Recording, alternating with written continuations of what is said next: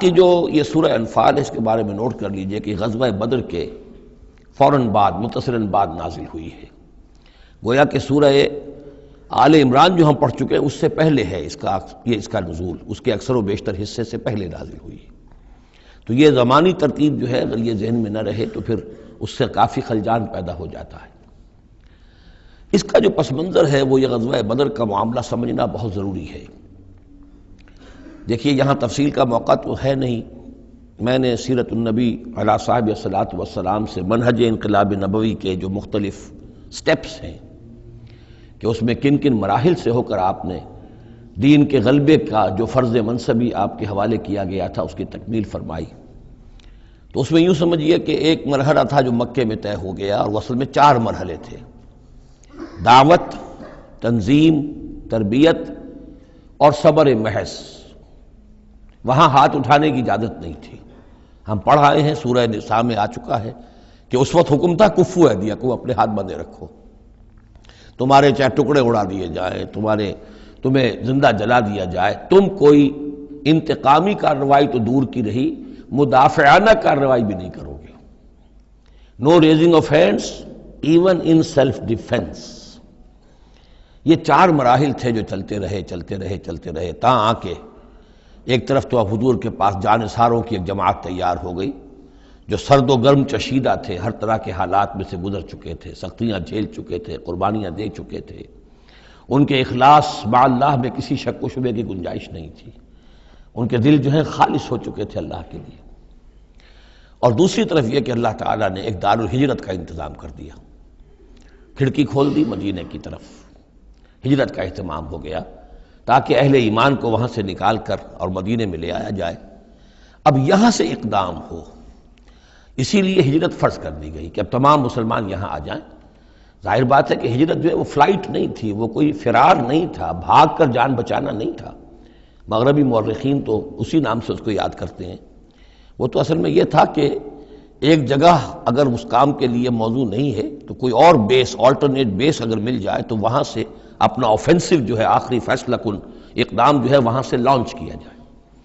لہذا مدینہ میں آ کر حضور نے صلی اللہ علیہ وسلم صرف 6 مہینے لیے ہیں انٹرنل کنسالیڈیشن، کہ اب آپ آئے ہیں، نئے آئے ہیں، مہاجرین نئے آئے ہیں، تو ایک تو یہ کہ ان 6 مہینے میں آپ نے مسجد نبوی تعمیر کر لی، مرکز بن گیا،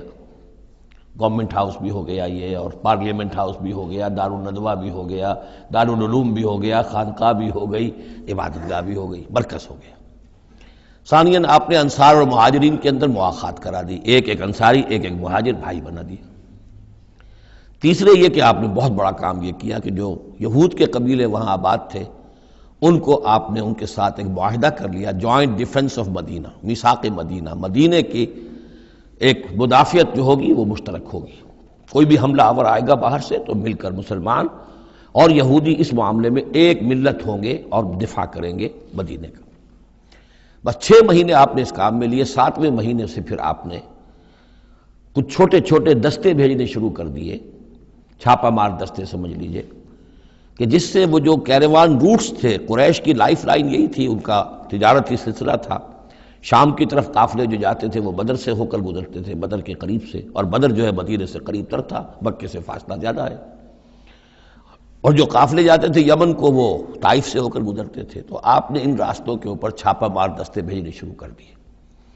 جدید اصطلاح میں اس کو یہ کہا جائے گا کہ اکنامک بلاکیڈ آف مکہ۔ 8 ایسی مہمیں غزوہ بدر سے پہلے ثابت ہیں 1.5 سال کے اندر۔ 6 مہینے آپ نے وہ لیے، 1.5 سال اور 2 سال کے بعد غزوہ بدر ہو گیا ہے۔ تو یہ 1.5 سال میں 8 مہمیں، جن میں سے 4 میں کہ حضور خود بھی بنفس نفیس شریک رہے ہیں، اس لیے وہ غزوات کہلاتے ہیں، اور 4 وہ ہیں کہ جن میں آپ نے صرف کچھ لوگوں کو بھیج دیا ہے کسی امیر کے تحت، وہ سرایا کہلاتے ہیں۔ تو یہ جو صورتحال ہوئی، اور اس میں یہ بھی ہوا کہ حضور جہاں جاتے تھے خود تو وہاں کے قبائل سے آپ معاہدے کر لیتے تھے۔ اب یا تو وہ جو قبائل جو تھے مقامی،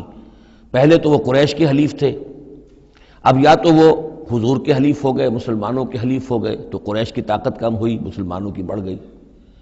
یا یہ ہے کہ وہ نیوٹرل ہو گئے کہ ہم نہ قریش کی مدد کریں گے آپ کے خلاف، نہ آپ کی مدد کریں گے قریش کے خلاف، نیوٹرل ہو گئے۔ اس سے بھی یہ ہے کہ قریش کا جو حلقہ اثر تھا، سیاسی زون آف پولیٹیکل انفلوئنس، وہ کم ہو رہا ہے۔ یہ دو چیزیں ایسی ہوئی ہیں، political isolation of Quraysh and economic blockade of Mecca, جس کے نتیجے میں مکے والے جو ہیں پھر یوں سمجھیے کہ تنگ آمد بجنگ آمد، ورنہ مکے والوں کی طرف سے کوئی آغاز ثابت نہیں ہے تاریخ میں کہ حضور کے اور مسلمانوں کے مکے سے جانے کے بعد ان کی طرف سے کوئی ابتدا ہوئی ہو، کوئی انیشیٹو لیا گیا۔ دو واقعات خاص طور پر ایسے ہو گئے کہ ایک چھوٹا سا آپ نے ایک دستہ بھیجا تھا نخلا، اور یہ نخلا جو ہے یہ مکے اور طائف کے مابین ہے، تو سمجھیے کس قدر فاصلے پر، اور وہاں مٹ بھیڑ ہو گئی، جو مسلمان وہاں بھیجے گئے تھے ان کے کفار کے ساتھ۔ وہاں ایک مشرک مکے کا مارا گیا، ایک کو انہوں نے قید کیا، ساتھ لے آئے، کچھ سامان جو ان کا تجارت تھا وہ بھی لے آئے، وہ مال غنیمت سمجھ کر۔ تو حضور اگرچہ ناراض ہوئے کہ میں نے تمہیں لڑنے کا حکم نہیں دیا تھا، میں نے اس لیے بھیجا تھا کہ وہاں رہو اور قریش کی نقل و حرکت سے ہمیں مطلع کرتے رہو، لیکن اب سچویشن پیدا ہو گئی، گویا کہ یہ چاہے ارادہ تھا یا نہیں تھا، ڈی فیکٹو شکل یہی ہوئی کہ اقدام ہو گیا مسلمانوں کی طرف سے، اب آغاز ہو گیا مسلمانوں کی طرف سے۔ ادھر جب ابو سفیان لے کر جا رہے تھے بہت بڑا قافلہ شام کی طرف، تو حضور نے اس کا تعاقب کیا، لیکن وہ تیزی سے نکل گئے تھے۔ لیکن جب واپس آ رہے تھے اور 50,000 دینار کا سامان تھا ان کے قافلے کے اندر، بہت لدا پدا قافلہ، انہیں یہ خطرہ ہوا کہ اب پھر محمد صلی اللہ علیہ وسلم اور ان کے ساتھی کہیں لوٹیں گے ہمیں اور ہمارے اوپر حملہ کریں گے، روکیں گے ہمارا راستہ۔ تو انہوں نے یہ کی دوہری حکمت عملی کی کہ ایک تو یہ کہ ایک سوار بھیجا آگے تیزی کے ساتھ دوڑایا کہ مکے جاؤ، کہو کہ ہمارے قافلے کو خطرہ ہے محمد سے صلی اللہ علیہ وسلم، لہذا مدد بھیجو۔ اور ادھر یہ کیا کہ وہ عام راستہ جو تھا، جو بدر سے ہو کر گزرتا تھا، اسے چھوڑ کر ساحل سمندر کے ساتھ ساتھ نیچے سے ہو کر وہ نکل بھی گئے۔ اب وہاں مکے میں یہ دونوں چیزیں بیک وقت پہنچ گئیں، ایک طرف وہ نخلا سے لوگ روتے پیٹتے چیختے چلاتے ہمارا آدمی مار دیا محمد کے آدمیوں نے، وہ آ گئے، ادھر سے وہ آ گیا جو ابو سفیان کا بھیجا ہوا تھا ایلچی کہ دوڑو دوڑو دوڑو تمہارا قافلہ محمد لوٹنے والے ہیں اور یہ ہے اور وہ ہے۔ بس وہ وار کرائی وہاں ہوئی اور 1,000 کا لشکر جو ہے وہاں پر پھر جمع کیا گیا، اور 900 اونٹ فراہم کیے گئے، اور 100 گھوڑوں کا ایک رسالہ تیار کیا گیا، اور وہ لوگ مکے سے نکل آئے۔ یہ صورتحال ادھر ہو رہی تھی۔ ادھر یہ ہے کہ حضور صلی اللہ علیہ وسلم نے مدینہ میں پہلے تو یہ فیصلہ کیا تھا کہ اب یہ قافلہ واپس آنے والا ہے تو اب اس قافلے کا تعاقب کریں، ابھی جنگ وغیرہ کا آپ کو گمان نہیں تھا، ابھی مدینہ ہی میں آپ نے یہ جو ہے اس ایسا ارادہ ظاہر کیا کہ جیسے پہلے بھی گئے تھے، جب قافلہ جا رہا تھا شام کی طرف تو تعاقب کیا تھا، ایسے جب آ رہا ہے تو اسے انٹرسیپٹ کریں۔ لہذا ایک تو مشاورت ہوئی ہے مدینہ میں، آیا چلنا چاہیے یا نہیں چلنا چاہیے، وہ میں بعد میں عرض کروں گا جب ہم آیتیں پڑھیں گے۔ پھر جب کچھ لوگ نکل آئے اور یہ نہیں سمجھا گیا تھا کہ کوئی جنگ ہونی ہے، کوئی بڑا لشکر آ رہا ہے، اس وقت تک اطلاع نہیں تھی، اسی لیے بس جو جس کے ہاتھ میں آیا، کسی کے پاس نیزہ تھا، کسی کے پاس کچھ اور تھا، تلواریں 8 تھیں، گھوڑے کل 2 تھے، وہ چل پڑے۔ چلو اس لیے کہ مسئلہ تو قافلے کا مسئلہ ہے نا، کوئی جنگ تو ہے نہیں، کوئی لشکر وشکر تو آ نہیں رہا۔ جب آپ کچھ سفر طے کر کے مقام صفرا تک پہنچ گئے تو وہاں وحی آ گئی اور آپ کو اطلاع بھی پہنچ گئی، اطلاع بھی پہنچ گئی کہ ابو جہل جو ہے 1,000 کا لشکر لے کر مکے سے چل پڑا ہے، اور وحی بھی آ گئی، اللہ نے بتا دیا کہ اے نبی اب یہ 2 شکلیں ہیں، جنوب سے مکے کی طرف سے ایک لشکر آ رہا ہے کیل کانٹے سے لیس ہے، شمال سے قافلہ آ رہا ہے، اور میرا یہ وعدہ ہے کہ ان دونوں میں سے ایک ضرور تم کو دے دوں گا، تم کو فتح حاصل ہو جائے گی، یہ میرے اہل ایمان کو بتا دیجئے اور ذرا مشورہ کیجئے۔ تو دوسری مشاورت جو ہے وہ مدینے سے نکل کر ہوئی ہے مقام صفرا میں۔ یہ اصل میں جو چیزیں اگر سامنے نہ ہوں تو پھر یہ بہت خلجان ہوتا ہے، اور اکثر لوگوں کو، مترجمین کو اور مفسرین کو بہت خلجان رہا ہے ان آیات کے سمجھنے میں۔ اور اس کے علاوہ جو ایک خلجان رہا ہے وہ یہ رہا ہے کہ ایک دور ہم پر ایسا گزرا ہے انگریز کے حکومت کے زمانے میں، اور خاص طور پر جب نئی نئی مغربی سائنس اور مغربی تہذیب کا ہم پر حملہ ہوا ہے، تو چونکہ مغرب کے لوگوں نے یہ کہا کہ یہ اسلام تو تلوار سے پھیلا ہے، بوئے خون آتی ہے اس قوم کے افسانوں سے، تو ہمارے ہاں کچھ مخلص لوگ تھے، نیک لوگ تھے، جو چاہتے تھے کہ اسلام کو اور حضور صلی اللہ علیہ وسلم کی سیرت کو بچائیں، اس کی دفاع کریں۔ انہوں نے کہا نہیں اسلام تلوار سے نہیں پھیلا، حضور نے تو جو جنگیں کی تھیں وہ صرف مدافعانہ تھیں، ان کے اوپر جنگ ٹھوس دی گئی تھی، اور آپ نے کوئی اقدام نہیں کیا۔ اور ان میں سب سے بڑا کام کیا ہے ہندوستان میں مولانا علامہ شبلی نعمانی رحمۃ اللہ علیہ نے، میں ان کا نام ادب سے لوں گا، اس لیے کہ سر سید احمد کے زیر اثر تھے، اور وہ جو جدید جو ابھی آیا تھا، جو مغربی افکار و خیالات اور تہذیب اور تمدن اور ویلیوز اور نظریات کا جو ریلا آیا تھا، اس کا مقابلہ کرنا آسان کام نہیں تھا۔ تو یہ اپولوجیٹک انداز اختیار کیا ہے شبلی نعمانی نے، اور اس میں یہ ہے کہ وہ جو ابتدائی جو 8 جو غزوات اور سرایا ہیں جو بدر سے پہلے ہوئے، انہیں بالکل تقریباً نظر انداز کر دیا ہے، تاکہ یہ ثابت نہ ہو کہ انیشیٹو حضور کی طرف سے ہوا ہے۔ تو یہ چیز جو ہے میں سمجھتا ہوں کہ ایک خاص دور کا تقاضا تھی، وہ دور اب گزر چکا۔ اب اسلام کا یہ فکر کہ اسلام ایک مکمل دین ہے، یہ اپنا غلبہ چاہتا ہے، اور حضور کو بھیجا گیا تھا اس لیے کہ دین کو غالب کرے، اور دین کو غالب کرنے کی جد و جہد ایک انقلابی جد و جہد ہے۔ اس انقلابی جد و جہد میں جہاں پہلا مرحلہ یہی ہوتا ہے کہ پیسو ریزسٹنس ہو، اور پہلے تیاری کی جائے، دعوت، تنظیم، تربیت اور صبر محض کے ذریعے سے ایک قوت فراہم کی جائے، پھر دوسرا مرحلہ آتا ہے باطل کے ساتھ ٹکرانا پڑتا ہے، اور اس میں آگے بڑھ کر ٹکر مول لینی پڑتی ہے۔ یہ نہیں ہے کہ انتظار ہی کرتے رہیں، یعنی ایک جس کو ہم کہتے ہیں کو ایگزسٹنس، پیسفل کو ایگزسٹنس حق و باطل کے درمیان نہیں ہو سکتی۔ حق کیسے تسلیم کر سکتا ہے کہ باطل بھی موجود رہے؟ ہاں، حق میں جان نہیں ہے، اہل حق جو ہیں بے جان ہیں، مردہ ہیں، تو مجبوری ہے، لیکن اگر اہل حق میں جان ہو تو وہ کیسے برداشت کریں گے کہ باطل جو ہے اس کا غلبہ رہے؟ ہاں، باطل جو ہے وہ نیچا ہو کر رہے، اگر وہ مغلوبیت کی شکل اختیار کر لے تو ٹھیک ہے، لیکن یہ کہ باطل کا غلبہ ہو اور اہل ایمان میں جان بھی ہو، تو یہ دو چیزیں جو ہیں یہ تو ایک دوسرے سے بالکل متضاد ہیں۔ جیسے حضرت ابوبکر نے فرمایا تھا ایبدل الدین وانا حی، کیا دین میں ترمیم کی جائے گی جبکہ ابھی میں زندہ ہوں؟ میرے جیتے جی دین کے اندر ترمیم یہ ممکن نہیں ہے۔ تو وہی بندہ مومن کی شان ہونی چاہیے۔ تو اصل حقائق الحمدللہ بہت اچھی طریقے سے واضح ہو چکے ہیں۔ بہرحال اتنا پس منظر جو ہے جان لیجئے، اور ایک خاص اسلوب جو ہے اس سورہ مبارکہ کا، اگرچہ یہ تقریباً ایک خطبہ ہے مسلسل 10 رکوع ہے، لیکن اس میں ایک خاص مسئلے کو نکال کر پہلے درمیان شروع میں لے آئے ہیں۔ اس کی بحث آئے گی تقریباً وسط میں جا کر، لیکن اس اسلوب کو یہاں نوٹ کر لیجئے، وہ اس لیے کہ یہی اسلوب ہے جس سے ہمیں سمجھنے میں مدد ملے گی۔ سورہ توبہ کے جو ترتیب مضامین ہے وہاں بھی بہت اشکال ہے، اور بہت سے مترجمین کو جدید دور کے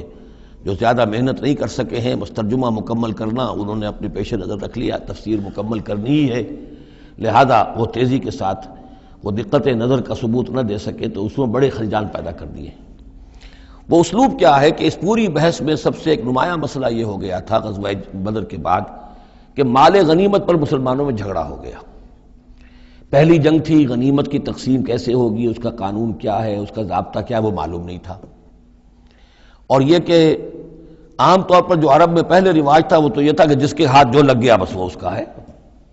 وہ تو لوٹ مار جانتے تھے، کوئی باقاعدہ جنگ جو ہے وہ تو ان کے ہاں اس طریقے سے منظم کوئی تنظیم تو تھی ہی نہیں، تو جو جس کے ہاتھ لگ گیا۔ اب لوگوں نے یہ سمجھا غزوہ بدر میں جس نے جو کچھ مال غنیمت جمع کیا وہ اس کا ہے۔ اب کچھ لوگوں نے کہا صاحب کہ ہم یہاں حضور کے حفاظت کے لیے مامور تھے، یہاں پہرے پر تھے، ہم تو مال جمع نہیں کر سکے، تو کیا مطلب ہے ہمارا کوئی حصہ نہیں ہوگا؟ یا یہ ہے کہ کچھ بزرگوں نے کہا جو وہ اتنی بھاگ دوڑ تو نہیں کر سکتے جتنے نوجوان کر سکتے تھے، بھاگ کر دوڑ کر ادھر سے ادھر جمع کر لینا، لیکن یہ کہ ان کی حیثیت ہوتی ہے، وجاہت ہوتی ہے، تو ایک جھگڑا پیدا ہو گیا کہ یہ کس طریقے سے تقسیم ہو، کس کا کتنا حق ہے۔ تو اس جھگڑے کا ذکر کر کے سورت شروع کی ہے، لیکن اس کے اوپر کوئی بات یہاں نہیں کی، بلکہ کیٹیگوریکل بات کی ہے کہ جڑ کاٹ دی اس کی، لیکن اس پر جو اصل حکم ہے وہ بعد میں آئے گا وسط سورت میں۔ مال غنیمت کے لیے یہاں لفظ آیا انفال، یسألونک عن الانفال، اے نبی یہ آپ سے انفال کے بارے میں پوچھ رہے ہیں۔ انفال جمع نفل کی، نفل کہتے ہیں کسی اضافی شے کو، جیسے نماز فرض ہے، یہ سنت موقدہ ہے، یہ فلاں ہے، یہ نفل ہے، اضافی ہے، آپ کی مرضی پر ہے، پڑھیں نہ پڑھیں۔ تو جو کہ جنگ میں اصل شے جو مطلوب ہوتی ہے وہ فتح ہوتی ہے، مال غنیمت تو ایک اضافی شے، بونس ہے جو مل گیا، ورنہ اصل شے جو ہے وہ مال غنیمت جو ہے پیش نظر جنگ میں نہیں ہوتی۔ لوٹ مار میں اصل شے جو ہے وہ لوٹ مار کا مال ہوتا ہے، لیکن جب جنگ ہوتی ہے تو جنگ میں تو اصل چیز جو مقصود ہے وہ فتح ہے۔ تو اس حوالے سے مال غنیمت کو انفال کے لفظ سے تعبیر کیا گیا، یسألونک عن الانفال،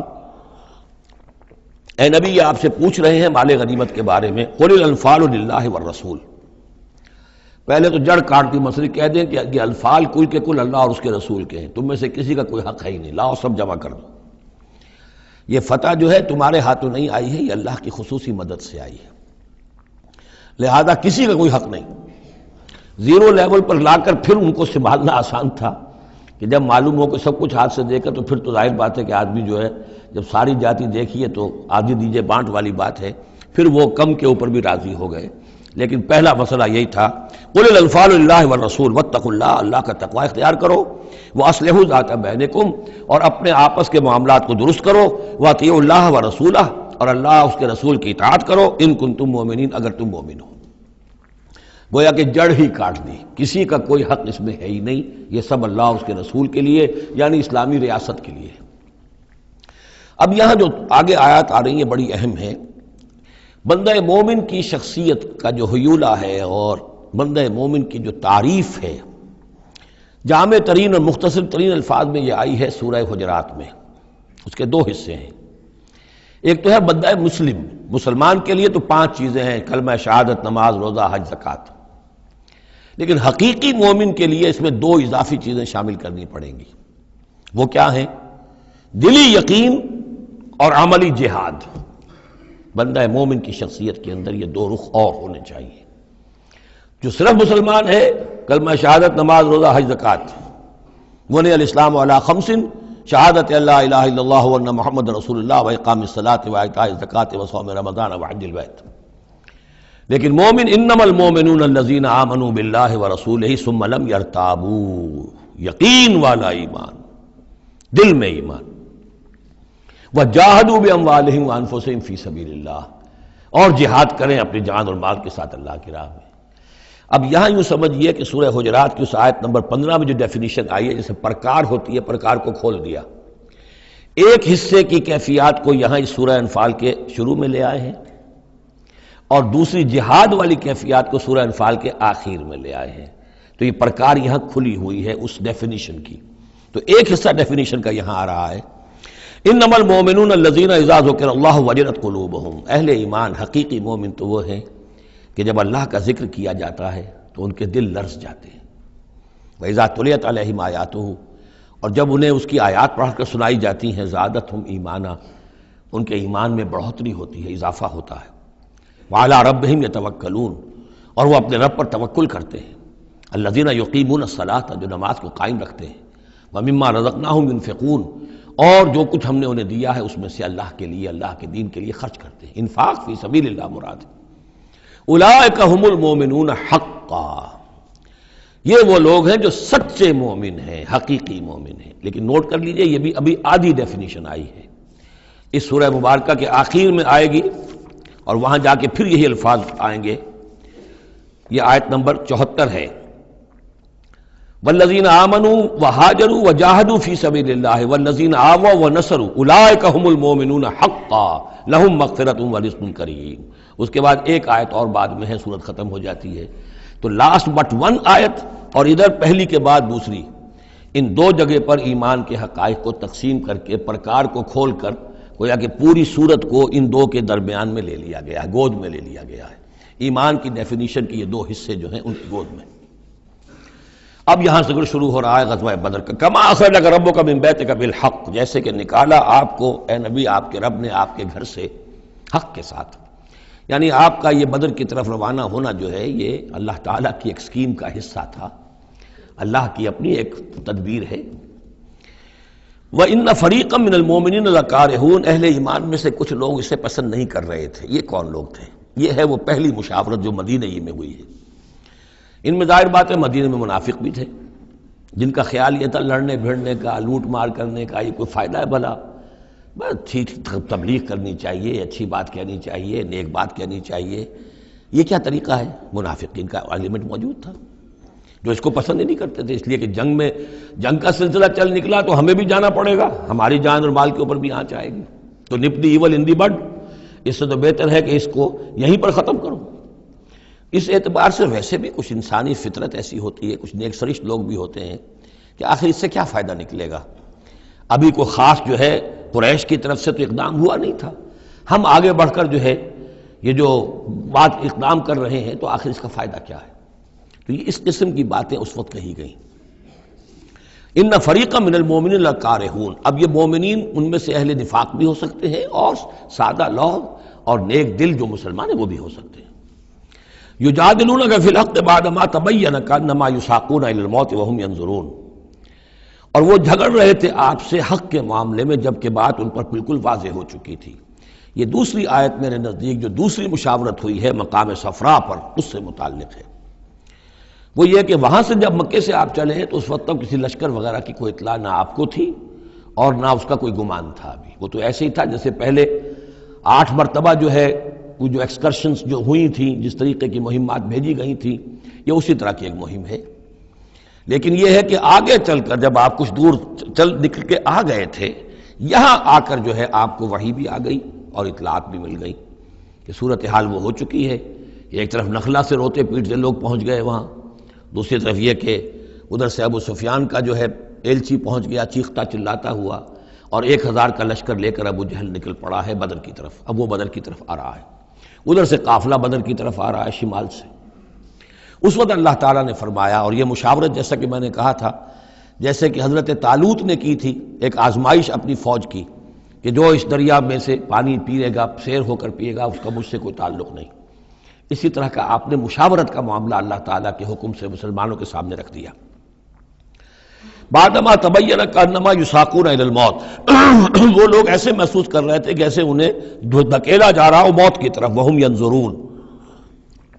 اور وہ دیکھ رہے ہوں۔ ظاہر بات ہے یہ کیفیت تو کٹر جو منافق تھے وہاں پر انہی کی ہو سکتی تھی۔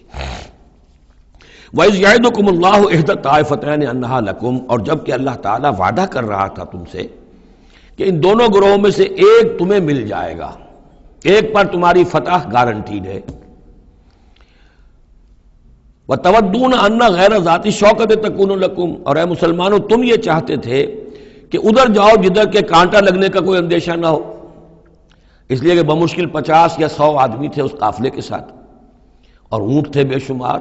اور جو میں نے آپ کو بتایا بہت بڑی مقدار کے اندر جو ہے 50,000 دینار کا جو مال تھا ان کے پاس، تو ان کو تو آسانی سے قابو کیا جا سکتا تھا، اس میں اندیشہ کم تھا۔ پھر دلیلیں بھی عقلی آ گئی ہوں گی کہ حضور ہمارے پاس تو کچھ ہتھیار بھی نہیں ہے، کچھ نہیں ہے، ہم تیاری کر کے مدینے سے نکلے ہی نہیں ہیں، تو اچھا ہے پہلے یہ کہ ہم جا کر ان پر قبضہ کر لیں تو ان کے ہتھیار بھی ہمیں مل جائیں گے، تو پھر لشکر سے لڑنے کے لیے ہم بہتر پوزیشن میں ہوں گے۔ تو عقل و منطق بھی یہ گویا کہ ان کے ساتھ تھی۔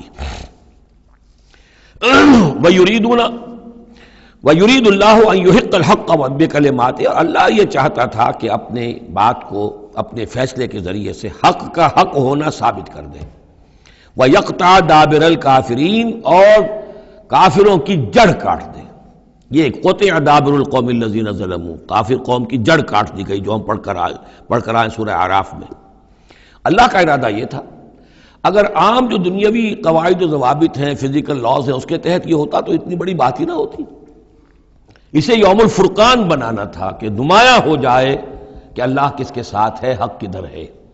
اور یہ اسی وقت ہو سکتا تھا جبکہ یہ کنٹراسٹ برقرار رہتا کہ بے سر و سامان 313 گئے ہیں اور کیل کانٹے سے لے 1000 کے ساتھ ان کا مقابلہ ہوا ہے، اور پھر انہیں اللہ نے فتح دی ہے۔ لہذا اللہ کی مرضی کچھ اور تھی۔ یرید اللہ ان یحق الحق بکلماتہ ویقطع دابر الکافرین، اللہ چاہتا تھا کہ اپنی باتوں کے ذریعے سے حق کا حق ہونا ثابت کر دے اور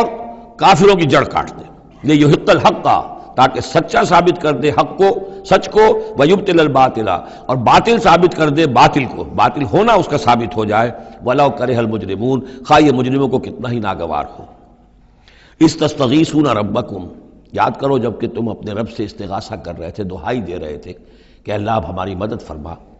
فاستجاب لکم، تو اللہ نے تمہاری دعا کو قبول کیا تھا۔ انی ممدکم بألف من الملائکۃ مردفین، کہ میں تمہاری مدد کروں گا 1000 ملائکہ سے جو لگاتار آئیں گے، پے بپے آئیں گے۔ 1000 کا لشکر آیا ہے نا، تو 1000 فرشتے ہم تمہاری مدد کے لیے بھیج دیں گے۔ وما جعلہ اللہ الا بشرا، اور اللہ نے اس کو نہیں بنایا مگر تمہارے لیے بشارت، وَلِتَطْمَئِنَّ بِهِ قُلُوبُكُمْ، اور تاکہ تمہارے دل مطمئن ہو جائیں۔ وَمَن نَّصْرُ إِلَّا مِنْ عِندِ اللَّهِ، اور مدد تو اللہ کی طرف سے ہوتی ہے، فرشتوں کو بھیجے بغیر بھی وہ مدد کر سکتا ہے، کن فیکون کی شان کے ساتھ وہ جو چاہے کر دے۔ لیکن یہ کہ تمہارا جو اپنا ایک سوچنے کا انداز ہے، بنائے طبع بشری، تمہاری تسکین کے لیے ہم نے یہ شکل کر دی کہ 1000 دشمن آ رہا ہے تو 1000 فرشتہ تمہاری مدد کے لیے ہم بھیج دیں گے۔ ان اللہ عزیز الحکیم، یقیناً اللہ تعالیٰ سب زبردست ہے اور حکمت والا۔ اذ یغشیکم النعاس امنۃ منہ، جبکہ تم کو ڈھانپ لیا تھا ایک اونگ نے جو امن کی اور تسکین کا ذریعہ بن گیا اللہ کی طرف سے۔ یہ دو معجزے ہوئے ہیں خاص اس وقت، معجزے اس معنی میں کہ عام حالات میں یہ چیزیں نہیں ہوتی، لیکن اس میں کوئی خرق عادت نہیں ہے۔ معجزہ اس معنی میں نہیں ہے کہ اس کو چیلنج کر کے حضور نے دکھایا ہو، اس معنی میں نہیں، بس یہ کہ غیر معمولی اللہ کی نصرت کی شکلیں ہیں۔ ایک تو یہ کہ حالانکہ معاملہ بڑا یعنی سخت تھا، لیکن رات کو جا کے پڑاؤ پر مسلمان سوئے اطمینان سے، بڑی عمدگی سے نیند آئی، دل میں وہ دغدغہ نہیں تھا، اللہ پر اطمینان تھا، اللہ کے لیے نکلے تھے، لہذا ان کو وہ بے چینی اور تشویش اور کل کیا ہو جائے گا، رہیں گے کہ نہیں رہیں گے، زندگی ہوگی موت، کچھ نہیں،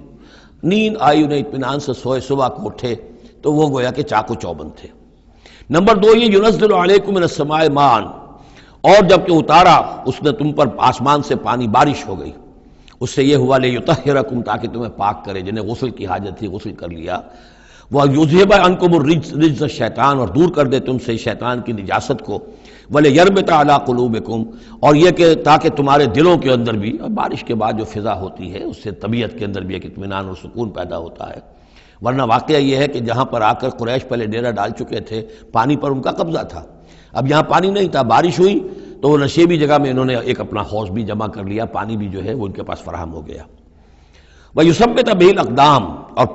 پانی جب برسا تو مٹی دب گئی، مٹی کے جمنے کی وجہ سے پاؤں بھی جب گئے، وہ جگہ جو تھی وہاں پر جو ہے اہل ایمان جو مجاہدین تھے ان کے پاؤں قدم جمنے کی صورت پیدا ہو گئی۔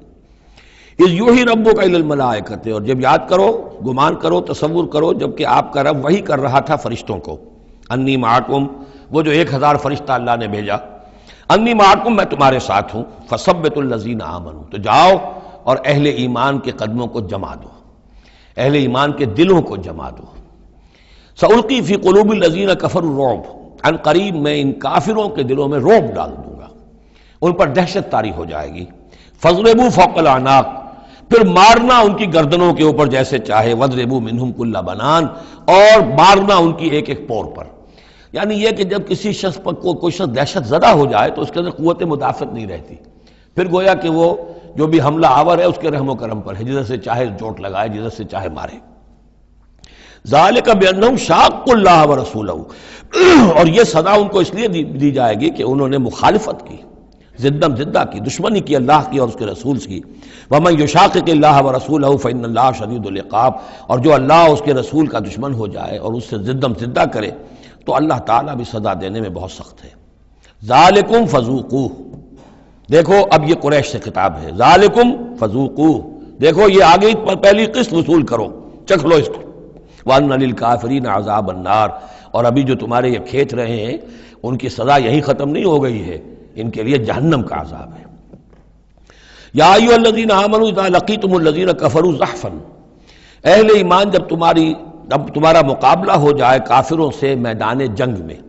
یہ زحف کہتے ہیں جبکہ باقاعدہ دو لشکر ایک دوسرے کے سامنے مد مقابل بن کر آئیں، ایک چھاپا مار جنگ ہوتی ہے، جیسی کہ 8 جو پہلی اس سے مہمیں تھیں وہ جنگ کی شکل نہیں تھی بلکہ وہ مہمیں تھی چھاپا مار، لیکن اب یہ پہلی مرتبہ جنگ ہوئی ہے، لہذا اس کے حوالے سے بات ہو رہی ہے۔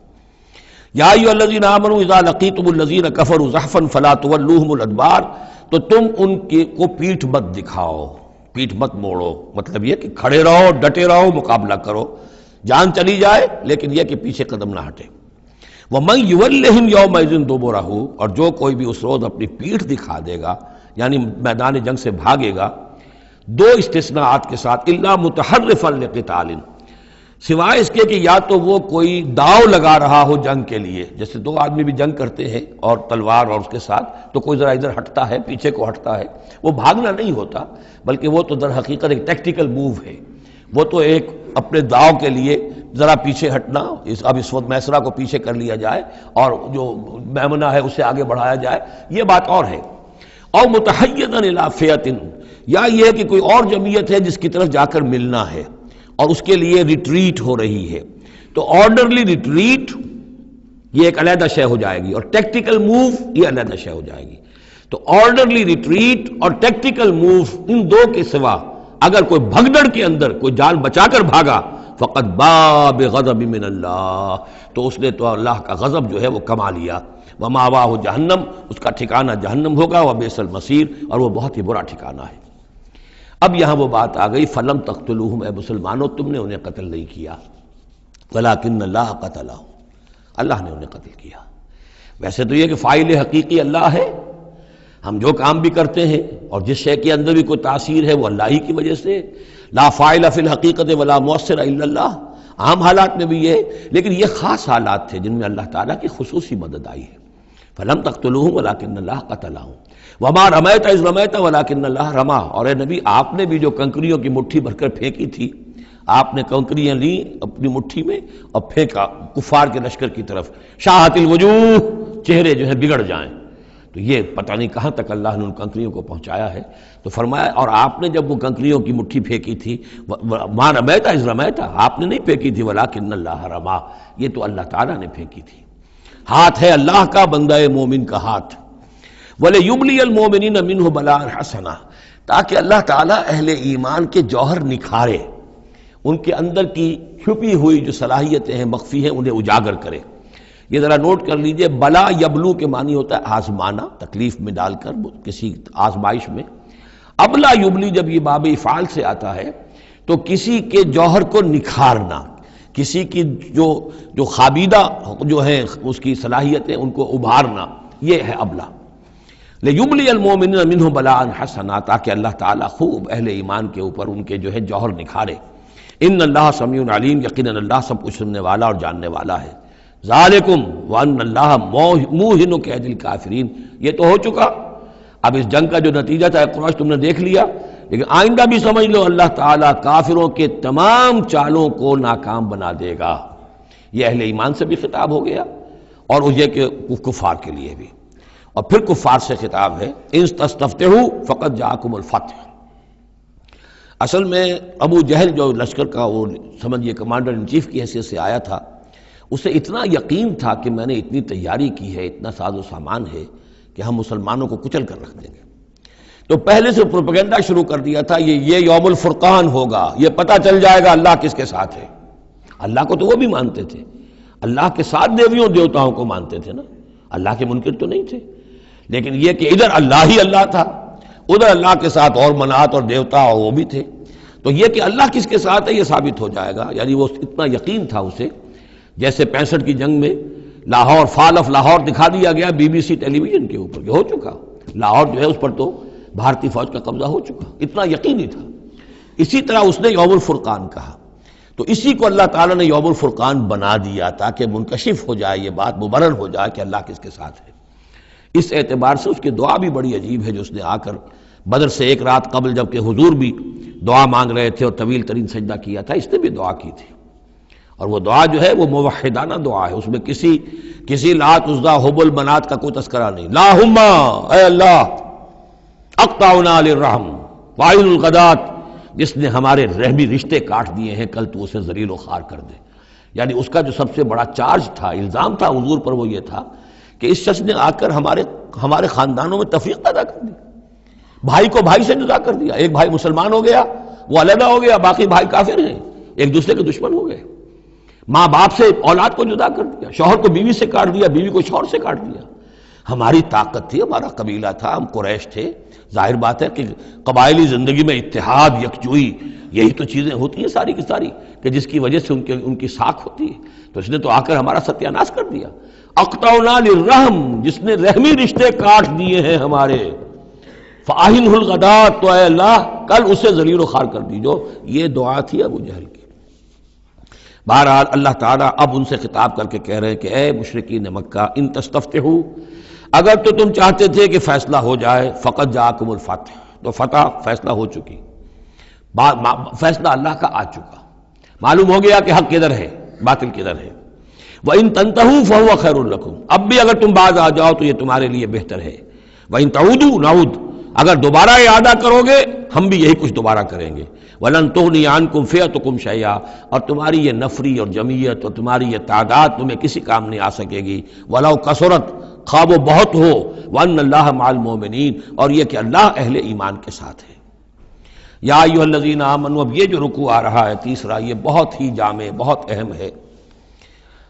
اس میں سے دو جو تین آیتوں کے گروپ ہیں وہ تو خاص طور پر ہماری توجہ کی اور مسلمانوں نے پاکستان کی توجہ کے لیے بڑے اہم ہیں۔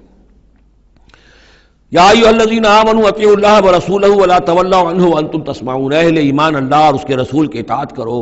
اور نہ منہ موڑو اس سے جبکہ تم سن رہے ہو۔ یعنی جب اللہ کے رسول نے کہا تھا کہ چلو بدر کی طرف، تو تمہاری یہ رد و قدا اور یہ پاؤں پیٹنا جس کو کہتے ہیں، یہ مختلف الفاظ اس کے لیے محاوروں میں آتے ہیں، تو یہ جو تم کر رہے تھے کیوں کر رہے تھے؟ جب اللہ اور اس کے رسول کی طرف سے بات آئی تھی تو ہر ایک کو کہنا چاہیے تھا سمیعنا واطعنا، جو آپ کا حکم ہو۔ اطیعوا اللہ واطیعوا الرسول ولا تولوا عنہ وانتم تسمعون، ظاہر بات ہے یہ تمام مسلمانوں سے بات نہیں ہے، یہاں بھی ذہن میں رکھیے وہی جنہوں نے کمزوری دکھائی تھی ان کی طرف اشارہ ہے۔ ولا تکونوا کالذین قالوا سمعنا وهم لا يسمعون، ان لوگوں کے مانند نہ ہو جاؤ جو کہتے ہیں کہ ہم نے سن لیا، حقیقت میں وہ سنتے نہیں ہیں۔ یعنی دل اڑا ہوا ہے، طبیعت جو ہے وہ یکسو ہے ہی نہیں، تو کیا سننا ہے؟ سنا انسنا ہو گیا۔ ان شر الدواب عند اللہ الصم البکم الذین لا یعقلون، یقیناً تمام چوپایوں میں بدترین اللہ کے نزدیک یہی لوگ ہیں جو بہرے ہیں، گونگے ہیں اور عقل سے کام نہیں لیتے۔ اب یہ منافقین ہی کی طرف اشارہ ہو رہا ہے۔ وَلَوْ عَلِمَ اللَّهُ فِيهِمْ خَيْرًا، اگر اللہ تعالیٰ کے علم میں ہوتا کہ ان میں کوئی خیر ہے، لَأَسْمَعَهُمْ، اللہ انہیں سنا دیتا۔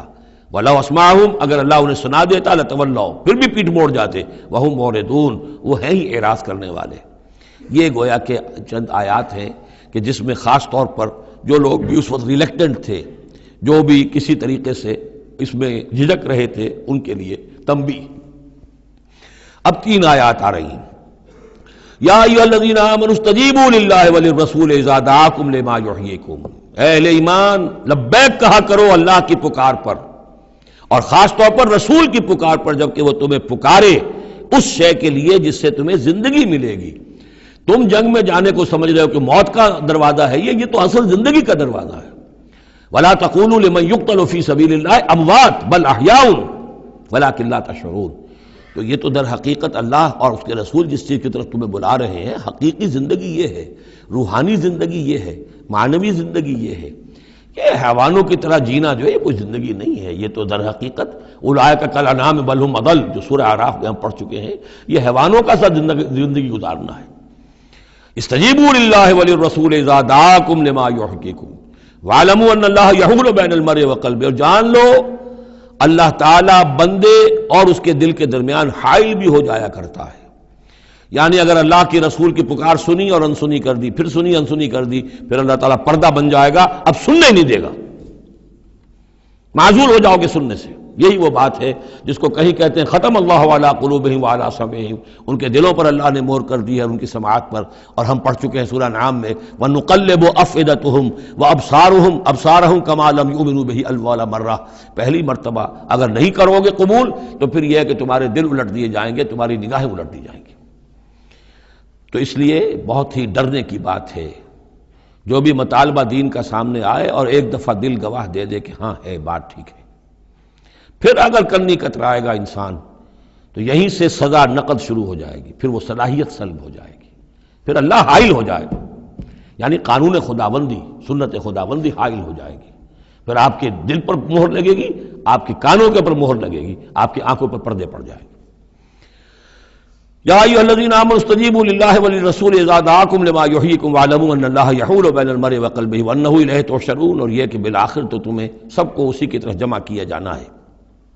واتقوا فتنة لا تصيبن الذين ظلموا منكم خاصة، اور ڈرو اس سزا سے، اس عذاب سے کہ جو جب آئے گا تو تم میں سے صرف گناہگاروں ہی کو اپنی لپیٹ میں نہیں لے گا۔ اس کا میں کل حوالہ دے چکا ہوں، بے گناہ بھی اس میں اگر اپنا فرض ادا نہیں کر رہے، فرض ادا نہ کرنا جرم ہے، وہ خود گناہ ہے۔ تم اگر دین کے لیے سرفروشی نہیں کر رہے تو یہ بھی تو گناہ ہے۔ ہاں ٹھیک ہے، میں نے یہ شراب نہیں پی، میں نے یہ نہیں کیا، میں نے سور نہیں کھایا، میں نے فلاں نہیں کیا، میں نے نمازیں پڑھی، ٹھیک ہے سب کچھ کیا، لیکن سوال یہ ہے کہ جو دین کا فرض تھا، دین کی نصرت تھی، اللہ کی اور اس کے دین کے لیے تن من دھن لگانا تھا، وہ نہیں کیا، وہ بھی تو جرم ہے۔ تو وَاعْلَمُوا، اور جان لو ان اللہ یحول بین المرء وقلبہ وانہ الیہ تحشرون واتقوا فتنة لا تصیبن الذین ظلموا منکم خاصۃ واعلموا ان اللہ شدید العقاب، اور جان لو کہ اللہ سزا دینے میں بہت سخت ہے۔ وَاذْكُرُوا، یہ ہے خاص پاکستانی مسلمانوں کے لیے آیت، اور یاد کرو اذ انتم قلیل، جب تم تھوڑی تعداد میں تھے، جیسے ہم بھی اقلیت کا خوف تھا ہمیں کہ ہم ہندوؤں کے مقابلے میں اقلیت ہیں، مستضعفون فی الارض، جنہیں زمین میں دبا لیا گیا تھا، تخافون ان یتخطفکم الناس، تمہیں اندیشہ یہ تھا کہ لوگ تمہیں اچک لے جائیں گے، اکثریت جو ہے وہ تمہیں ایکسپلائٹ کرے گی معاشی اعتبار سے، سماجی اعتبار سے، لسانی اعتبار سے، مذہبی اعتبار سے، فآواکم، تو اللہ نے تمہیں پناہ کی جگہ دے دی، وَأَيَّدَكُمْ بِنَصْرِهِ، اور تمہاری مدد کی ہے، خاص تائید کی ہے اپنی خاص نصرت سے، وَرَزَقَكُم مِّنَ الطَّيِّبَاتِ، اور تمہیں بہترین پاکیزہ رزق عطا کیا ہے، لَعَلَّكُمْ تَشْكُرُونَ، تاکہ تم شکر کرو۔ یا ایھا الذین آمنوا لا تخونوا اللہ والرسول، اے اہل ایمان مت خیانت کرو اللہ سے اور اس کے رسول سے۔ ایمان کا دم بھرنا اور پھر اس کے دین کو، اللہ کے دین کو مغلوب دیکھ کر بھی اپنے دھندے، اپنے کاروبار، اپنی جائیداد، اپنی ملازمت، اپنا پروفیشن، اسی چکر میں لگے رہنا، اس سے بڑی خیانت کیا ہوگی؟ بے وفائی ہے، غداری ہے، خیانت ہے۔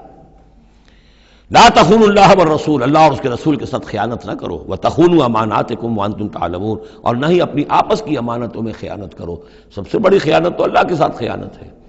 سب سے بڑی وہ امانت جو اللہ نے اپنی روح تم میں پھونکی ہے، اس کا حق اگر تم ادا نہیں کر رہے ہو تو سب سے بڑی خیانت یہ ہے، جس کو کہ فرمایا گیا ہے سورہ احزاب میں، ہم نے آسمانوں پر، زمین پر، پہاڑوں پر پیش کی، ان عرضنا الامانۃ علی السماوات والارض والجبال فابین ان یحملنها واشفقن منها وحملها الانسان، تو بہت بڑی بڑی امانتیں تمہارے پاس ہیں، دین کی امانت ہے، قرآن کی امانت ہے، شریعت کی امانت ہے، یہ سب امانتیں محمد رسول اللہ کی ہیں۔ وَأَنَّ اللَّهَ عِندَهُ أَجْرٌ عَظِيمٌ، اور یقیناً اللہ ہی کے پاس ہے بہت بڑا اجر۔ یا ایھا الذین آمنوا ان تتقوا اللہ یجعل لکم فرقانا وَاعْلَمُوا أَنَّمَا أَمْوَالُكُمْ وَأَوْلَادُكُمْ فِتْنَةٌ، اور جان لو تمہاری اولاد اور تمہارے اموال تمہارے لیے فتنہ ہے۔ یہی روکتے ہیں، یہی دو بیڑیاں ہیں جو پاؤں میں پڑی رہتی ہیں، مال اور اولاد۔ اولاد کو اعلیٰ سے اعلیٰ تعلیم دلانی ہے، اس کے لیے بڑی بڑی فیسیں دینی پڑتی ہیں، اس کے لیے ظاہر بات ہے کہ اپنا ایک ایک قطرہ جو ہے پسینے کا اور خون کا لگائیں گے تو کہیں جا کر وہ ساری چیزیں فراہم ہوگی۔ آدمی کھپ گیا اسی کے اندر، اولاد کے لیے یا مال کے لیے، پھر کہاں سے وقت لائیں دین کے لیے اور دین کے لیے نصرت کے لیے؟ کہاں کوئی رمق جسم کے اندر باقی رہ جاتی ہے؟ جان لو کہ تمہارے اموال اور تمہاری اولاد تمہارے لیے فتنہ ہے۔ فتنہ کہتے ہیں جس پر کسی کو پرکھا جائے، کسوٹی جس کے اوپر پرکھا جا رہا ہو۔ وَأَنَّ اللَّهَ عِندَهُ أَجْرٌ عَظِيمٌ، اور یقیناً اللہ ہی کے پاس ہے بڑا اجر۔ یا ایھا الذین آمنوا ان تتقوا اللہ یجعل لکم فرقانا، اہل ایمان اگر تم اللہ کے تقوی پر برقرار رہو گے، تمہارے لیے فرقان، ایک کے بعد دوسری فرقان آتی رہے گی۔ پہلا فرقان تو یہ آ گیا ہے، یہ دی گئی ہے۔ وَيُكَفِّرْ عَنْكُمْ سَيِّئَاتِكُمْ، اور یہ کہ تمہارے سے تمہاری جو کمزوریاں ہیں، برائیاں ہیں، وہ اللہ تعالیٰ دور کر دے گا۔ وَيَغْفِرْ لَكُمْ، اور بخش دے گا۔ وَاللَّهُ ذُو الْفَضْلِ الْعَظِيمِ، اللہ بڑے فضل والا ہے۔ وَإِذْ يَمْكُرُ بِكَ الَّذِينَ كَفَرُوا، اب یہ ہجرت سے پہلے جو صورتحال تھی مکے میں کہ قریش کے سردار بیٹھتے تھے دارالندوہ میں، کیا کریں اب ہم محمد صلی اللہ علیہ وسلم کو قتل کر دیں، سازشیں ہوتی تھیں، اور اسی طریقے سے انہیں قید کر دیں، کہیں یہاں سے نکلنے پہ مجبور کر دیں، تو وہ جو سازشیں ان کی ہوتی تھی اور مشورے ہوتے تھے ان کا ذکر ہے۔ وَإِذْ يَمْكُرُ بِكَ الَّذِينَ كَفَرُوا، اور جب یاد کیجئے جب کہ وہ لوگ جو کافر ہوئے، یہ کافر لوگ آپ کے بارے میں مشورے کرتے تھے، چالیں چلتے تھے، اسکیمیں بناتے تھے، سازشیں کرتے تھے۔ لِيُثْبِتُوكَ، نمبر ایک تو یہ کہ آپ کو کہیں قید کر دیں، اور يَقْتُلُوكَ، یا قتل کر دیں، اور يُخْرِجُوكَ، یا آپ کو اپنی بستی سے کہیں نکال دیں۔ وَيَمْكُرُونَ وَيَمْكُرُ اللَّهُ، وہ بھی چالیں چل رہے تھے، ان کی بھی اسکیمز تھیں اور اللہ کی اپنی اسکیم تھی۔ واللہ خیر الماکرین، اور ظاہر بات ہے کہ اللہ تعالیٰ بہترین ہے پلاننگ کرنے والا اور بہترین ہے تدبیر فرمانے والا۔ وَإِذَا تُتْلَىٰ عَلَيْهِمْ آيَاتُنَا قَالُوا قَدْ سَمِعْنَا لَوْ نَشَاءُ لَقُلْنَا مِثْلَ هَٰذَا، اور جب انہیں ہماری آیات پڑھ کے سنائی جاتی ہیں تو وہ کہتے ہیں ٹھیک ہے، بہت سن لی ہم نے یہ آیات، آپ بہت محمد آپ نے سنا لیا، کوئی ایسی بات بھی نہیں ہے، ہم چاہیں گے تو ایسا ہی کلام ہم بھی کہہ لیں گے۔ جرت نہیں کی کسی نے کہ آئے کہ یہ کلام میں نے موضوع کیا ہے اور یہ قرآن کے برابر ہے، تو کوئی کمیشن بٹھا لیجئے، کوئی سازش بنا لیجئے کہ تو طے کریں، یہ جرت نہیں ہوئی۔ لیکن یہ کہہ دینے میں تو کوئی بات نہیں تھی، زبان کون پکڑے گا؟ لو نشاء لقلنا مثل هذا، اگر ہم چاہیں گے تو ہم بھی ایسے کہہ دیں گے، کوئی ایسی بڑی بات نہیں ہے۔ یہ نضر بن حارث تھا کہ جس کی طرف یہ الفاظ منقول ہیں تاریخ اور سیرت میں۔ ان هذا الا اساطیر الاولین، یہ نہیں ہے یہ مگر یہ کہ پچھلوں کی کہانیاں ہیں، قصے ہیں، جیسے آج بھی مستشرقین کہتے ہیں کہ کچھ تورات سے کچھ انجیل سے محمد نے لے لیا جوڑ جاڑ کر اور یہ قرآن بنایا ہے۔ اب تو خیر وہ دور ذرا بدل گیا ہے، یہ ذرا پچھلی صدی کی بات تھی، اس دور میں لوگ اس قسم کی باتیں زیادہ کرتے تھے۔ وَإِذْ قَالُوا اللَّهُمَّ إِن كَانَ هَذَا هُوَ الْحَقُّ، اور وہی بات جو میں نے آپ کو بتائی تھی کل بھی کہ ان قریش کے لیے سب سے بڑا مسئلہ اپنے عوام کو سنبھالنے کا ہو گیا تھا، کیسے روکیں ان کو کہ یہ محمد صلی اللہ علیہ وسلم کا ایمان نہ لائیں۔ اس کے لیے جو اور تدبیریں وہ کرتے تھے اسی کی طرح کی ایک تدبیر کا ذکر آ رہا ہے۔ مجمع عام میں کھڑے ہو کر دعائیں مانگ رہے ہیں، اے اللہ اگر یہ جو کچھ محمد کہہ رہے ہیں اگر یہ حق ہے اور تیرے پاس سے آیا ہے یہ قرآن، فامطر علینا حجارۃ من السماء وَإِذْ قَالُوا اللَّهُمَّ إِن كَانَ هَذَا هُوَ الْحَقَّ مِنْ عِندِكَ، اگر یہ ہے حق تیری طرف سے، فامطر علینا حجارۃ من السماء، تو برسا دے ہم پر پتھر آسمان سے، اب ائتنا بعذاب الیم، یا پھر بھیج دے ہم پر کوئی عذاب۔ اب عذاب آیا نہیں، دیکھ لو، اس کا مطلب یہ کہ یہ محمد جھوٹے ہیں صلی اللہ علیہ وسلم۔ ہم نے تو کہہ دیا، اللہ کو پکار کر کہہ دیا، ہو سکتا ہے کبھی کعبے کے پردے پکڑ پکڑ کر کہا ہو اسی طریقے سے، تاکہ پورا یقین ہو جائے، کسی درجے میں بھی ہمارے عوام کے اندر کوئی وسوسہ، کوئی دغدغہ باقی نہ رہے۔ وَمَا كَانَ اللَّهُ لِيُعَذِّبَهُمْ، اور اللہ تعالیٰ انہیں عذاب نہیں دے سکتا تھا، اللہ کے لیے ممکن نہیں تھا کہ ان پر عذاب بھیجتا، وَأَنْتَ فِيهِمْ، جبکہ ابھی اے محمد آپ ان کے مابین موجود تھے۔ ہجرت سے پہلے معاملہ نہیں ہوا کرتا یہ، اللہ اپنے رسول کو ان کے ساتھی اہل ایمان کو نکال لیتا ہے، اس کے بعد کوئی عذاب اس نوعیت کا آتا ہے جس نوعیت کا وہ عذاب مانگ رہے تھے۔ وَأَنْتَ فِيهِمْ وَمَا كَانَ اللَّهُ مُعَذِّبَهُمْ، اللہ ان کو عذاب دینے والا نہیں تھا، وَهُمْ يَسْتَغْفِرُونَ، جبکہ وہ استغفار بھی کر رہے تھے۔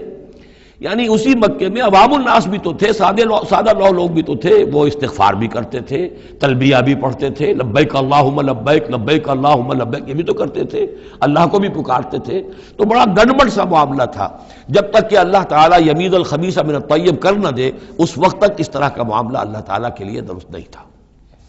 وَمَا لَهُمْ أَلَّا يُعَذِّبَهُمْ، باقی وہ عذاب کے پورے طور سے مستحق تو ہو چکے ہیں،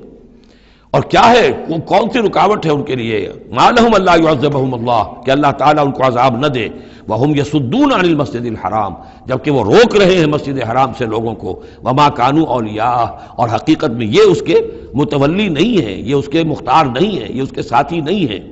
ان اولیاءہ الا المتقون، اس اللہ کے گھر کے تو ولی اور اس کے جو اصل مجاور کہہ لیجئے یا متولی کہہ لیجئے، وہ تو ہوں گے متقی لوگ جو اللہ کا تقوی رکھتے ہوں، اللہ کی بندگی کرتے ہوں۔ ولکن اکثرهم لا يعلمون، لیکن ان کی اکثریت علم نہیں رکھتی۔ وما كان صلاتهم عند البيت، اور انہوں نے جو نماز کا حلیہ بگاڑا ہے، نہیں ہے ان کی نماز بیت اللہ کے پاس الا مقام و تصدیہ، سیٹیاں بجاتے ہیں، تالیاں پیٹتے ہیں، یہ ان کی نماز رہ گئی ہے۔ طواف کرتے تھے تو اس میں سب سے اونچا طواف تھا برہنہ طواف، اور نماز جو تھی ان کی وہ یہ تھی، سیٹیاں بجاتے ہوئے۔ جیسے کہ آپ کو معلوم ہے کہ بعض علاقوں میں مسجدوں کے اندر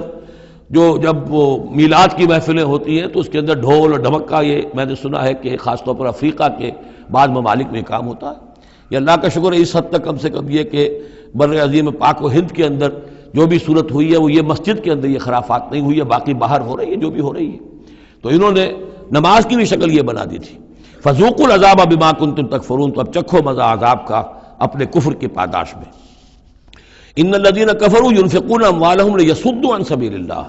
ظاہر بات ہے یہ لشکر آیا تھا تو اس کے لیے بھی تو لاؤ لشکر تیار کرنا پڑا تھا نا، ساز و سامان، 900 اونٹ، 1000 آدمیوں کے لیے راشن بھی چاہیے تھا، مکے سے چل کے مدینے تک آنا ہے، جنگ میں رہنا ہے،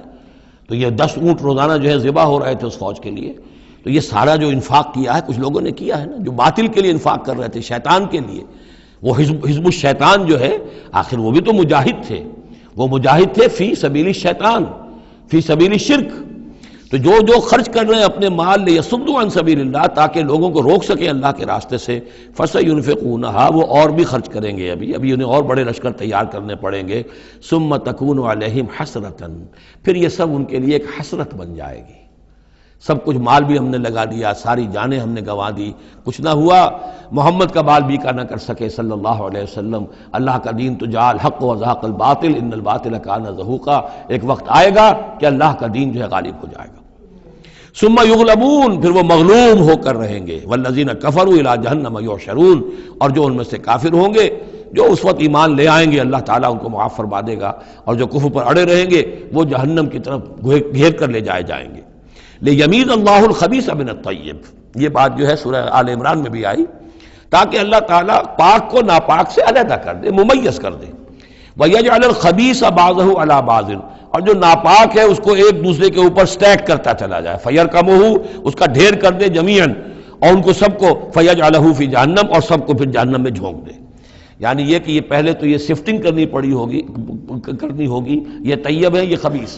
خبیث کو ایک دوسرے کے اوپر سٹیک کیجئے اور پھر اس کو جہنم میں ایک ہی مرتبہ دھکا دے دیجئے۔ لِيَمِيزَ اللَّهُ الْخَبِيثَ مِنَ الطَّيِّبِ وَيَجْعَلَ الْخَبِيثَ بَعْضَهُ عَلَى بَعْضٍ فَيَرْكُمَهُ جَمِيعًا فَيَجْعَلَهُ فِي جَهَنَّمَ أُولَٰئِكَ هُمُ الْخَاسِرُونَ، یقیناً یہی لوگ ہیں خسارے پانے والے۔ قُل لِّلَّذِينَ كَفَرُوا إِن يَنتَهُوا يُغْفَرْ لَهُم مَّا قَدْ سَلَفَ، اعلان کر دیجئے محمد صلی اللہ علیہ وسلم ان کافروں کے سامنے، اب بھی اگر باز آ جائیں تو جو کچھ ہو چکا ہے وہ معاف کر دیا جائے گا، اب بھی موقع ہے، اب بھی ایمان لے آؤ۔ وَإِن يَعُودُوا، اور اگر وہ اعادہ کریں گے، دوبارہ یہی کچھ کریں گے، فقط مضت سنت الاولین، تو پچھلوں کی بھی داستانیں گزر چکی ہیں، ان کی جو بھی کچھ ان پر ہوا ہے وہ سب کو معلوم ہے۔ اب ظاہر بات ہے کہ وہ مکی قرآن تو نازل ہو چکا تھا، سورہ اعراف بھی نازل ہو چکی، سورہ انعام بھی نازل ہو چکی، جو کچھ ہوا ہے قوم ہود کے ساتھ، قوم صالح کے ساتھ، قوم شعیب کے ساتھ، اس ساری داستانیں تو تھی، فقط مضت سنت الاولین، اگلوں کا جو طریقہ اور راستہ تھا وہ تو گزر چکا ہے، وہ سب کے سامنے آ چکا ہے۔ وَقَاتِلُوهُمْ حَتَّى لَا تَكُونَ فِتْنَةٌ وَيَكُونَ الدِّينُ كُلُّهُ لِلَّهِ، یہ سورہ بقرہ میں بھی آیت آئی تھی اور اب آئی ہے اضافی شان کے ساتھ۔ یعنی اے مسلمانوں، اب تمہاری یہ دعوت و تحریک جو ہے یہ اس مرحلے میں داخل ہو گئی، آرمڈ کانفلکٹ۔ اب یہ 15 برس کے بعد حضور نے جب دعوت کا آغاز کیا ہے مکے میں،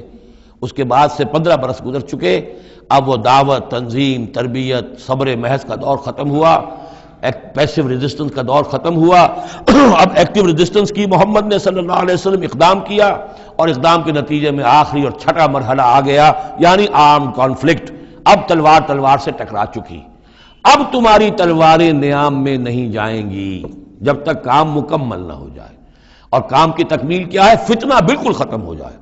وَقَاتِلُوهُمْ حَتَّى لَا تَكُونَ فِتْنَةٌ، فتنہ وہ کیفیت ہے کہ جس میں ایمان پر قائم رہنا، ایمان پر عمل کرنا مشکل ہو جائے۔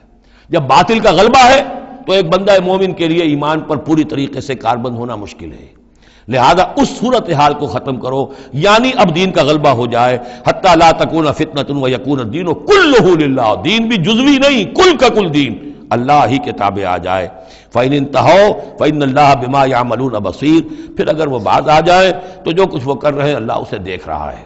وَإِن تَوَلَّوْا، اور اگر پیٹھ موڑ لیں، وَاعْلَمُوا، تو اے مسلمانوں تم یہ جان لو، أَنَّ اللَّهَ مَوْلَاكُمْ، اللہ تمہارا مولا ہے، تمہارا ولی ہے، ساتھی ہے، مددگار ہے، پشت پناہ ہے۔ نعم المولا ونعم النصیر، کیا ہی اچھا ہے وہ حمایتی اور کیا ہی خوب ہے وہ مددگار۔ وَاعْلَمُوا أَنَّمَا غَنِمْتُم مِّن شَيْءٍ فَأَنَّ لِلَّهِ خُمُسَهُ وَلِلرَّسُولِ وَلِذِي الْقُرْبَى وَالْيَتَامَى وَالْمَسَاكِينِ وَابْنِ السَّبِيلِ إِن كُنتُمْ آمَنتُم بِاللَّهِ وَمَا أَنزَلْنَا عَلَىٰ عَبْدِنَا يَوْمَ الْفُرْقَانِ يَوْمَ الْتَقَى الْجَمْعَانِ وَاللَّهُ عَلَىٰ كُلِّ شَيْءٍ قَدِيرٌ صدق اللہ العظیم۔ اب یہاں وہ مال غنیمت کا حکم بیان ہو رہا ہے۔ وَاعْلَمُوا، جان لو، انما غنمتم من شیء، جو بھی غنیمت تمہیں حاصل ہوئی ہے، فَأَنَّ لِلَّهِ خُمُسَهُ، تو اس کا خمس، پانچواں حصہ تو اللہ کے لیے ہے، وَلِلرَّسُولِ، اور رسول کے لیے ہے، وَلِذِي الْقُرْبَى، اور رسول کے قرابت داروں کے لیے ہے۔ یہ بات سمجھ لیجئے یہاں اچھی طرح کہ در حقیقت حضور صلی اللہ علیہ وسلم کا جو معاش کا معاملہ تھا،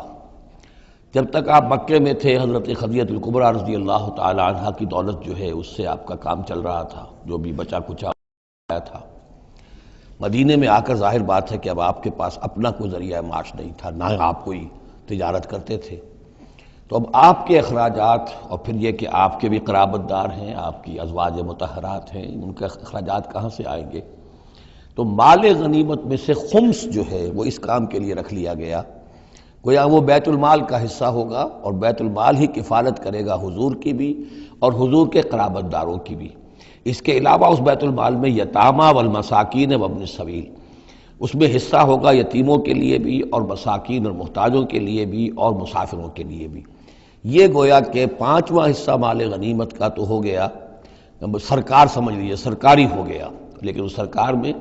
سب سے بڑا خرچ جو ہے وہ در حقیقت محمد رسول اللہ صلی اللہ علیہ وسلم کے ذاتی آپ کے اخراجات، آپ کے ازواج مطہرات کا نان نفقہ، آپ کے قرابت داروں کا ذوی القربہ، جس میں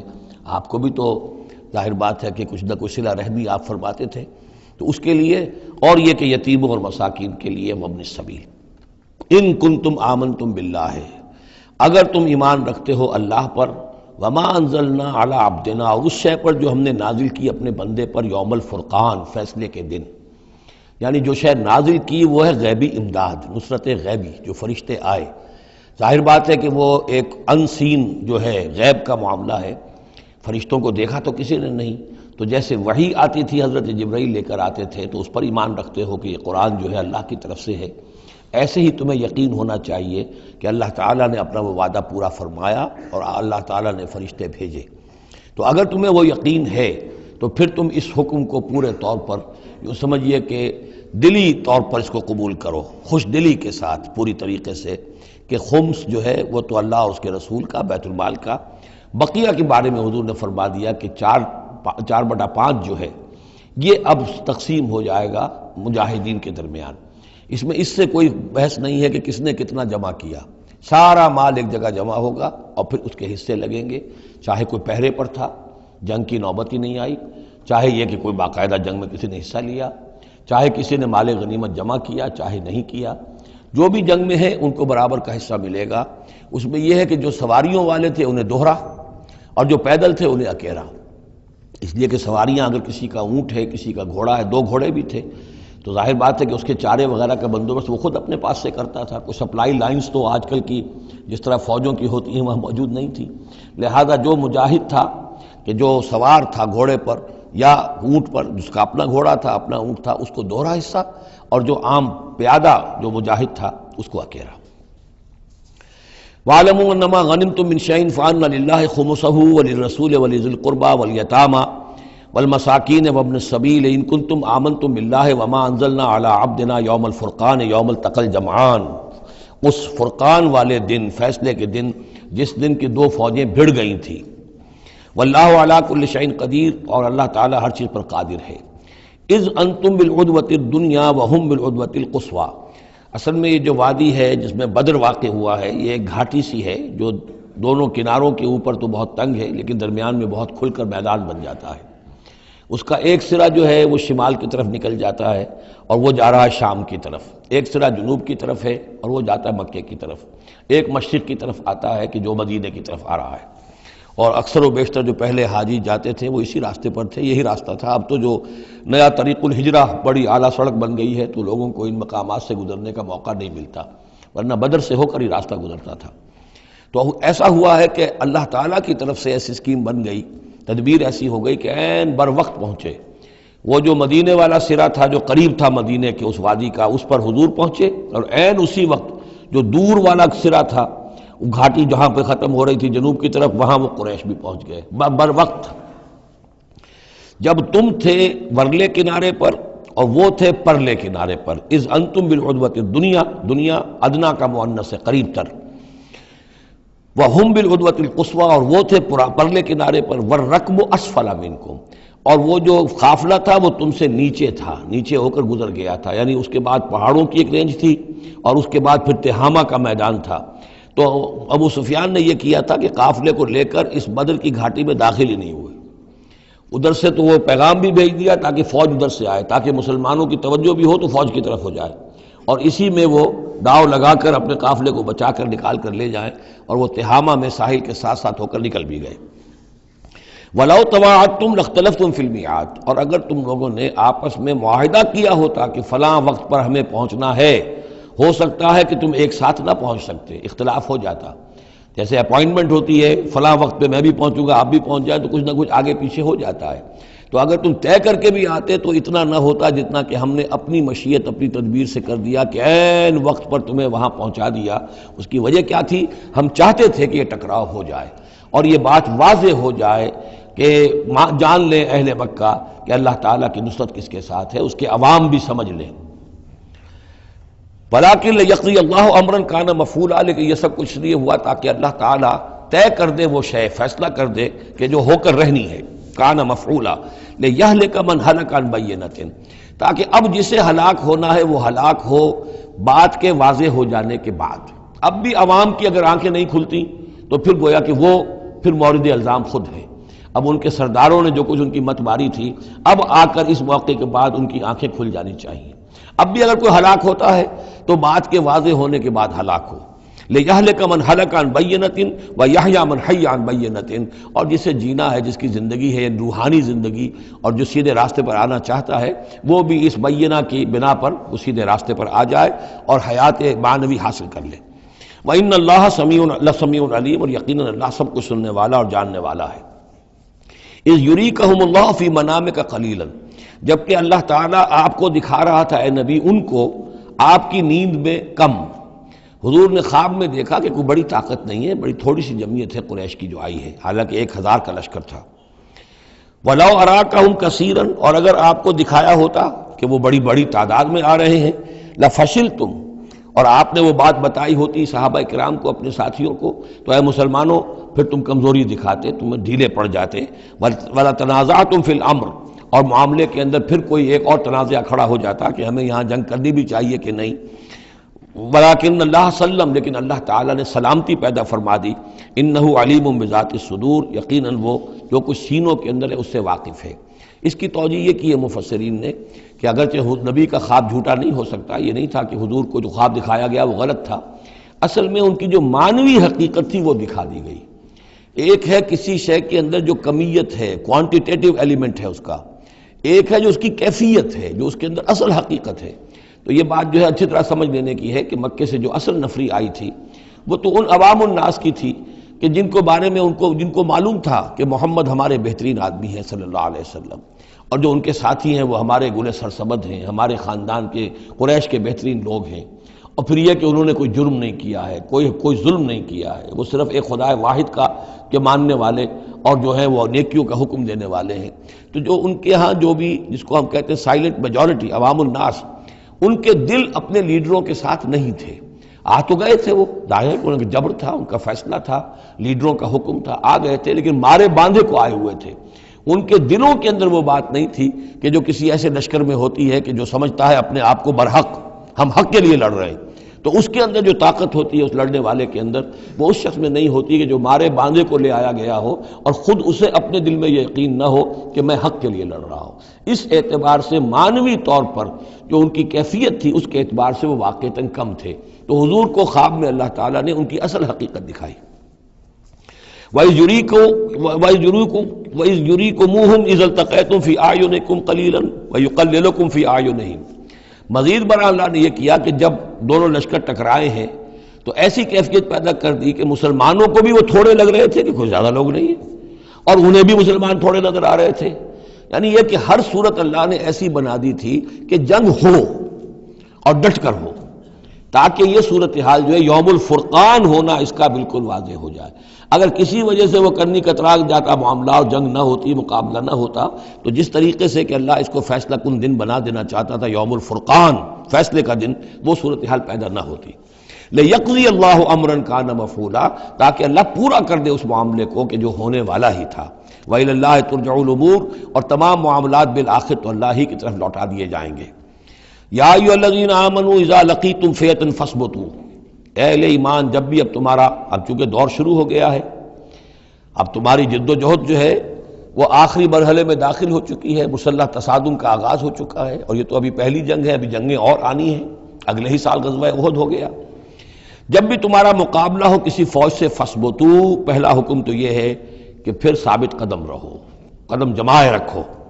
دوسرا حکم وَاذْكُرُوا اللَّهَ كَثِيرًا، اور اللہ کا ذکر کرو کثرت کے ساتھ، لعلکم تفلحون، تاکہ تم فلاح پاؤ۔ تمہاری جو طاقت ہے وہ اللہ تعالیٰ کے بھروسے پر ہے۔ وَاصْبِرْ وَمَا صَبْرُكَ إِلَّا بِاللَّهِ، ایک بندہ مومن کا صبر جو ہے وہ اللہ کے بھروسے پر ہے، لہذا اللہ یاد رہے گا، اللہ کے ساتھ قلبی تعلق، روحانی تعلق استوار ہوگا تو تم ثابت قدم رہو گے، اور اگر اللہ سے رشتہ ٹوٹ گیا، قلبی رشتہ، روحانی رشتہ، تو پھر تمہارے اندر جان نہیں ہوگی۔ اور تیسرا حکم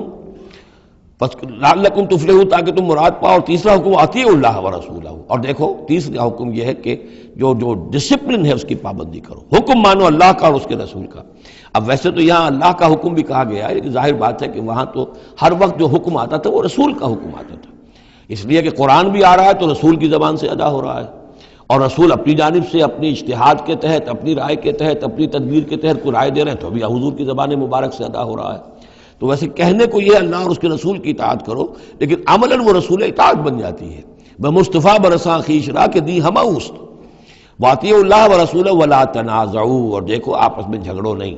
یہی وہ الفاظ آئے ہیں جو سورہ آل عمران میں ہم پڑھ چکے ہیں۔ وَلَقَدْ صَدَقَكُمُ اللَّهُ وَعْدَهُ إِذْ تَحُسُّونَهُمْ بِإِذْنِهِ حَتَّىٰ إِذَا فَشِلْتُمْ وَتَنَازَعْتُمْ فِي الْأَمْرِ وَعَصَيْتُمْ مِن بَعْدِ مَا أَرَاكُمْ مَا تُحِبُّونَ۔ اب یہ 1 سال بعد ہونے والا ہے، یہ 1 سال پہلے ان سے کہا جا رہا ہے نظم کی پابندی کرو، اطاعت رسول پر کاربند رہو، ولا تنازعوا، اختلاف نہ کرو، جھگڑا نہ ڈالو، فتفشلوا، تو تم ڈھیلے پڑ جاؤ گے، وتذهب ريحكم، اور تمہاری ہوا اکھڑ جائے گی، واصبروا، اور ثابت قدم رہو، ان اللہ مع الصابرین، یقیناً اللہ تعالیٰ صابروں کے ساتھ ہے، اللہ کی نصرت، تائید اہل صبر کے ساتھ ہے۔ ولا تکونوا کالذین خرجوا من دیارہم بطرا ورئاء الناس، ان لوگوں کے مانند نہ ہو جانا کبھی جو نکلے تھے اپنے گھروں سے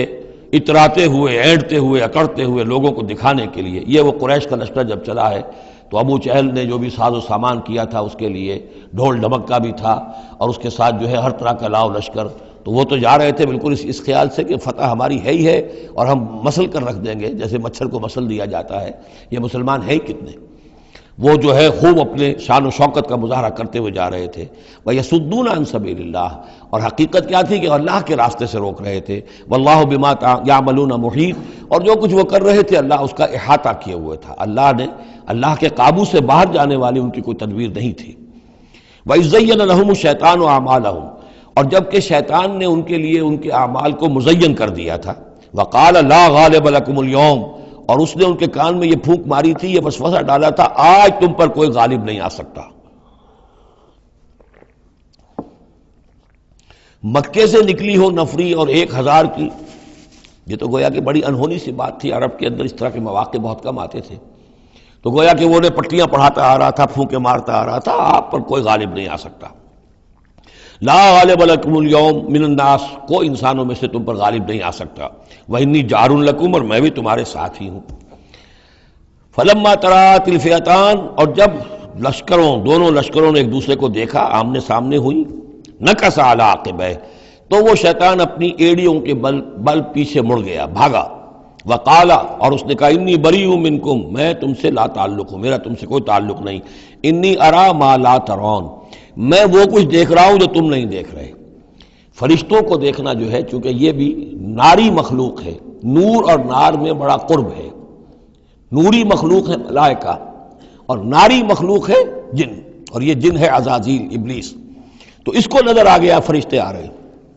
انی ارا ما لا ترون،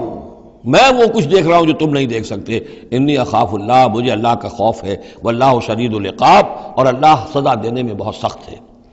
اذ یقول المنافقون والذین فی قلوبہم مرض، اب یہ ایک نقشہ تو یہ تھا کہ جب چلے آ رہے تھے قریش کا لشکر لے کر ابو جہل اور اس کے ساتھی سردار، اور ادھر شیطان بھی ان کو پہلے تو پیٹھ ٹھوکتا ہوا آ رہا ہے، اور عین وقت پر جو ہے وہ ان کو ساتھ چھوڑ کر بھاگا ہے۔ ادھر جب مدینے کے اندر،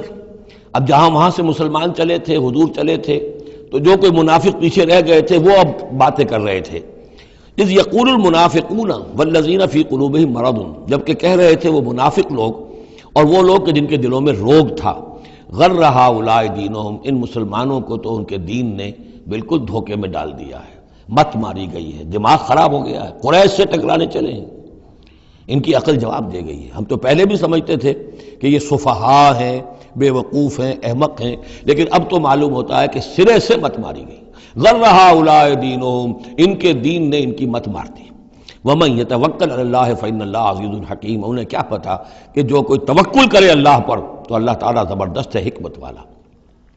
وَلَوْ تَرَىٰ يَتَوَفَّى الَّذِينَ كَفَرُوا الْمَلَائِكَةُ،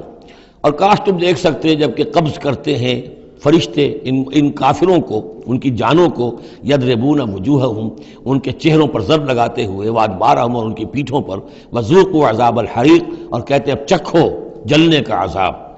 ذالک بما قدمت ایدیکم، اور یہ وہ کچھ ہے جو تمہارے اپنے ہاتھوں نے آگے بھیجا ہے۔ وان اللہ لیس بظلام للعبید، اور یہ کہ اللہ تو ہرگز اپنے بندوں کے حق میں ظالم نہیں ہے، ظلم کرنے والا نہیں ہے۔ کداب آل فرعون والذین من قبلہم، جیسے کہ معاملہ ہوا آل فرعون کا اور ان کا جو ان سے پہلے تھے۔ آل فرعون سے پہلے قوم شعیب سے پہلے صدوم اور عمورہ کی بستیاں، ان سے پہلے قوم سمود، ان سے پہلے قوم عاد، ان سے پہلے قوم نوح۔ یہ ہم سورہ اعراف کے اندر یہ ساری چیزیں پڑھ کر آئے۔ کداب آل فرعون والذین من قبلہم کفروا بآیات اللہ، انہوں نے بھی اللہ کی آیات کا کفر کیا۔ فأخذہم اللہ بذنوبہم، تو اللہ نے پکڑ لیا انہیں ان کے گناہوں کی پاداش میں۔ ان اللہ قوی شدید العقاب، یقیناً اللہ تعالیٰ قوی ہے، قوت والا ہے، زور آور ہے، اور سزا دینے میں سخت ہے۔ ذالک بان اللہ لم یکن مغیرا نعمۃ انعمها علی قوم حتی یغیروا ما بانفسہم، یہ اس لیے ہے کہ اللہ تعالیٰ کا یہ طریقہ نہیں ہے کہ کوئی نعمت جو اس نے کسی قوم کو دی ہو اس میں تغیر کر دے جب تک کہ وہ قوم اپنے اندر کی کیفیت کو متغیر نہ کر دے۔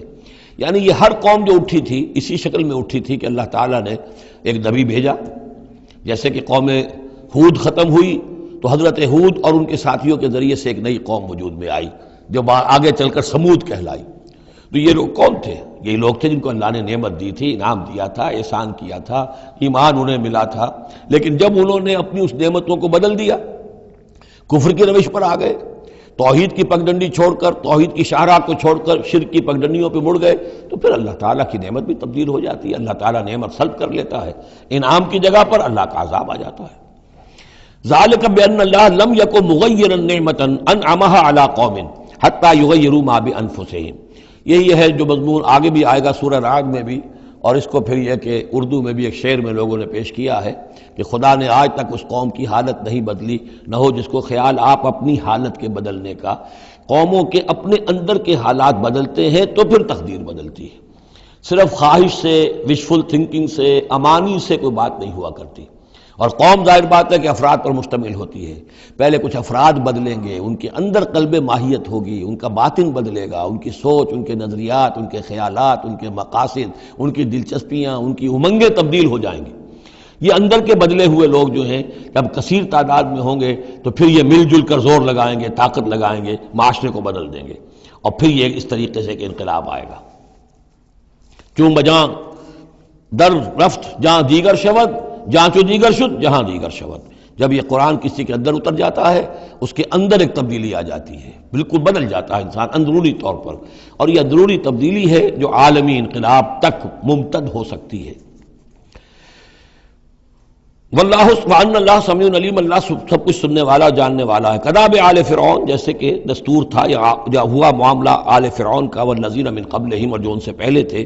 کذبوا بآیات ربہم، انہوں نے اپنے رب کی آیات کو جھٹلایا، فاہلکناہم بذنوبہم، تو ہم نے ان کو ہلاک کر دیا ان کے گناہوں کی پاداش میں، واغرقنا آل فرعون، اور آل فرعون کو ہم نے غرق کر دیا، وکل کانوا ظالمین، اور یہ سب کے سب ظالم تھے۔ ان شر الدواب عند اللہ الذین کفروا فہم لا یؤمنون، بدترین چوپائے اللہ کے نزدیک یہی لوگ ہیں، اللہ کے نزدیک جو کفر کرتے ہیں اور وہ ایمان نہیں لاتے۔ یعنی وہی جو آیت ہم پڑھ چکے سورہ اعراف میں کہ یہ لوگ انسان نظر آتے ہیں، حقیقت میں انسان نہیں ہیں۔ لہم قلوب لا یفقہون بہا ولہم اعین لا یبصرون بہا ولہم آذان لا یسمعون بہا اولئک کالانعام بل ہم اضل،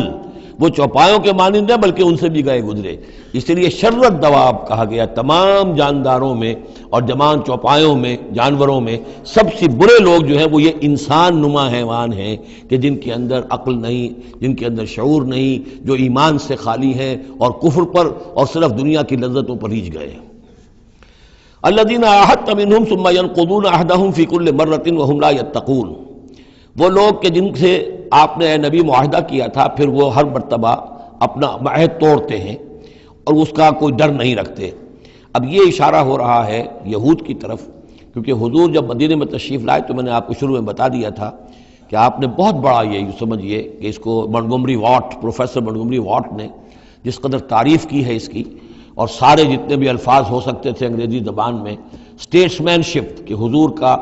معاملہ، فہمی کا معاملہ، تدبر کا معاملہ، سیاست کو سمجھنے کا معاملہ، اس کی بہت بڑی بات یہ ہے کہ آپ نے یہودی قبائل جو تھے تینوں ان کو معاہدوں میں جکڑ لیا۔ تو یہ ایک بہت بڑا آپ کا کارنامہ تھا. لیکن اب ظاہر بات ہے جھگڑے تو وہ گئے، اندر سے وہ دشمنی کرتے تھے،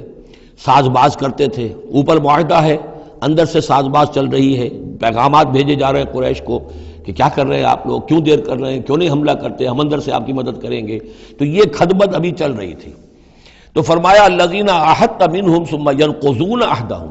وہ لوگ کہ جن سے نبی آپ نے عہد کیا، معاہدے کیے، اور وہ یہ کہ اپنے معاہدے توڑ رہے ہیں، فی کل مرۃ، ہر بار، وہم لا یتقون، اور وہ ڈرتے نہیں ہیں. فإما تثقفنہم فی الحرب،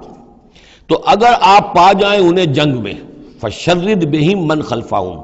تو ان کو ایسی سزا دیجئے کہ جو پیچھے ہیں ان کے ہوش ٹھکانے آ جائیں، لعلہم یذکرون، تاکہ انہیں عبرت حاصل ہو جائے. یعنی یہ کہ اب ایک تو یہ ہے کہ وہ کوئی صرف ان کی جو ہے وہ وہاں سے خطوط جا آ رہے ہیں، پیغام رسانی ہو رہی ہے، لیکن کہیں اگر ان میں کا کوئی شخص جنگ میں بھی پکڑا جائے،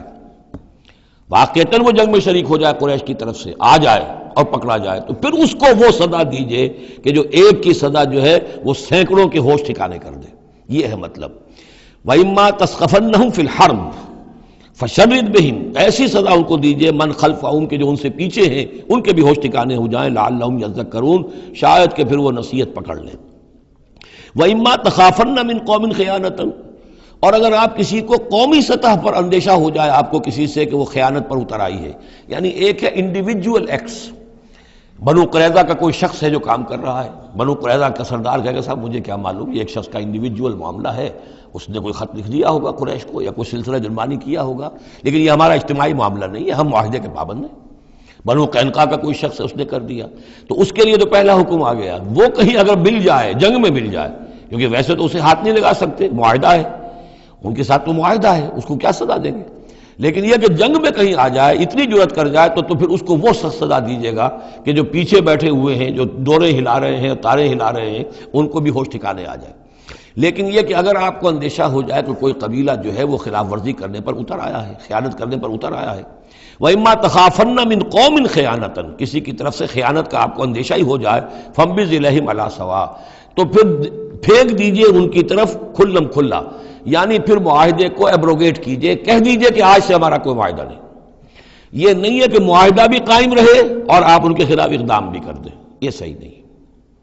اس لیے کہ یہ مقام جو ہے اخلاقی اعتبار سے بھی غلط ہے، اور خاص طور پر آپ کا مقام، مقام نبوت، اس کے اعتبار سے کسی درجے میں بھی نہیں ہے کہ کسی قوم کے ساتھ معاہدہ بھی ہے، آپ کو اندیشہ ہے کہ وہ خیانت کر رہے ہیں، تو آپ کھلم کھلا اعلان کر دیجئے کہ آج سے میرا اور تمہارا کوئی معاہدہ نہیں، پھر اقدام کیجئے. لیکن یہ کہ بغیر اس اعلان کے کوئی اقدام کرنا ان کے خلاف، یہ در حقیقت اللہ تعالیٰ جو اخلاق چاہتا ہے اہل ایمان کے، اس کے منافی ہے. وَإِمَّا تَخَافَنَّ مِنْ قَوْمٍ خِيَانَةً فَانبِذْ إِلَيْهِمْ عَلَىٰ سَوَاءٍ. اصل میں یہی وہ بات تھی جس کے حوالے سے مولانا مودودی مرحوم نے 1948 میں یہ جو جہاد کشمیر اس وقت ہو رہا تھا اس کے بارے میں رائے ظاہر کی تھی کہ ہندوستان کے ساتھ ہمارے سفارتی تعلقات ہیں، بھارت کے ساتھ ہمارا سارا معاملہ معاہدات کے اوپر چل رہا ہے، پھر اگر یہ کہ معاملہ جو ہے دوسری طرف ہم یہ شکل کر رہے ہیں کہ وہاں پر جنگ کا معاملہ کر رہے ہیں، تو یہ غلط ہے، شریعت کی روح سے، قرآن کی روح سے غلط ہے. ہمیں کھلم کھلا اعلان کرنا چاہیے، جو بھی ہو اللہ تعالیٰ پر بھروسہ رکھنا چاہیے، کھل کر سامنے آنا چاہیے. یہ یا کہ میز کے اوپر تو معاہدہ ہے، ہاتھ مل رہے ہیں اور میز کے نیچے سے ٹانگیں گھسیٹی جا رہی ہیں، یہ دنیا داروں کا دھندا تو ٹھیک ہے، لیکن اسلام کی روح سے ایک اسلام کے نام پر بننے والی مملکت کی حکومت کا یہ طرز عمل درست نہیں ہے. یہ تھا وہ معاملہ جو سن 48 میں مولانا مودودی نے یہ رائے ظاہر کی تھی، اور اس پر پھر کافی ان کے خلاف جو ہیں عوامی جذبات جو ہیں وہ بہت جو ہے اس وقت بہت بلند ہو گئے تھے، مشتعل ہو گئے تھے، اس لیے کہ عوام کی اپنی سوچ ہوتی ہے. وَإِمَّا تَخَافَنَّ مِنْ قَوْمٍ خِيَانَةً فَانبِذْ إِلَيْهِمْ عَلَىٰ سَوَاءٍ، معاہدہ ان کے منہ پر دے مارو، ان اللہ لا يحب الخائنین، یقیناً اللہ تعالیٰ کو خیانت کرنے والے پسند نہیں ہے. وَلَا يَحْسَبَنَّ الَّذِينَ كَفَرُوا سَبَقُوا، اور نہ سمجھے وہ لوگ جنہوں نے کفر کیا ہے کہ وہ بچ نکلے ہیں، یعنی یہ کہ اب اگر کچھ لوگ بچ کے بھی تو چلے گئے نا، آخر 1000 کی نفری آئی تھی، انہم لا یعجزون، یہ جو بچ کر چلے گئے وہ یہ نہ سمجھے کہ وہ اللہ کو عاجز کر دیں گے، وہ عاجز نہیں کر سکیں گے. وَأَعِدُّوا لَهُم مَّا اسْتَطَعْتُمْ، اور اے مسلمانوں اب جب یہ نیا دور شروع ہو ہی گیا ہے تمہاری اس دعوت و تحریک کا، تو اب پوری طریقے سے اپنے امکان بھر سامان حرب تیار کرو. اعدوا لہم، اعداد، تیاری کرنا، اسلحہ تیار کرو، سامان جنگ تیار کرو، گھوڑے تیار رکھو، رسالہ تمہارا ہونا چاہیے، جو بھی تمہارے لیے ممکن ہے. یہ توکل کا مطلب یہ نہیں ہے کہ تم ہاتھ پر ہاتھ دھر کر بیٹھ رہو اللہ تمہاری مدد کرے گا. اعدوا لہم ما استطعتم، اپنی استطاعت جو ہے اس کی حد تک تو پوری تیاری کرو، من قوت، طاقت سے بھی، ومن رباط الخیل، اور پلے ہوئے گھوڑوں کے ذریعے سے بھی. اس لیے کہ اس زمانے میں جنگ کے لیے سب سے زیادہ جو مؤثر شے تھی آپ کو معلوم ہے وہ گھوڑا، تیز رفتار ہے. اونٹ جو ہے تیز دوڑ نہیں سکتا ہے. اور اسی حوالے سے آج سمجھ لیجئے ہمارے لیے بہت اہم مسئلہ ہے یہ. اللہ تعالیٰ نے شاید عالم اسلام میں پورے میں پتہ نہیں 50 60 70 کتنے ملک دنیا میں ہیں مسلمان کہلاتے ہیں، ایک ملک ہے صرف جسے ایٹمک صلاحیت دی ہے، اور یہ امانت پوری امت مسلمہ کی ہے، مسلمانان پاکستان کے پاس. اور اس کے بارے میں اگر امریکہ کا دباؤ قبول کر لیا گیا تو یہ سب سے بڑی خیانت ہوگی اللہ کے ساتھ، امت مسلمہ کے ساتھ، اللہ کے دین کے ساتھ. وہ اسرائیل لے کر بیٹھا ہوا ہے ایٹم بم کے، اس کے پاس انبار لگے ہوئے، لیکن یہ ہے کہ ساری پالیسی جو چل رہی ہے وہ یہ کسی طریقے سے پاکستان کا، ایک عراق کے بارے میں اندیشہ ہوا تھا کہ اسے ایٹمی دانت نکل سکتے ہیں، اس ایک مرتبہ اس کا وہ ایٹمک پلانٹ جو ہے اس کا بھرکس نکال دیا تھا، دوسری مرتبہ یہ کہ اس کا پورا بھرکس ہی نکل گیا، اگلا پچھلا کھایا پیا سب اگلوا دیا. اب پاکستان پر سارا دباؤ، ساری ڈپلومیسی جو بھی چل رہی ہے اس وقت، کان کھولنے کی اور آنکھیں کھول کر دن گزارنے کی ضرورت ہے. ہمیں حکم یہ ہے کہ جو بھی اللہ نے تمہیں دیا ہے، تمہارا امکان، جو بھی تمہارے پاس امکانی طاقت ہے اسے سنبھال کر رکھو. ڈیٹرنٹ، اعدوا لہم ما استطعتم من قوت ومن رباط الخیل ترہبون بہ عدو اللہ، تاکہ تم اللہ کے دشمنوں کو اس سے ڈرا سکو. یہی ہے ڈیٹرنٹ، معلوم ہو کہ ان کے پاس وہ طاقت ہے.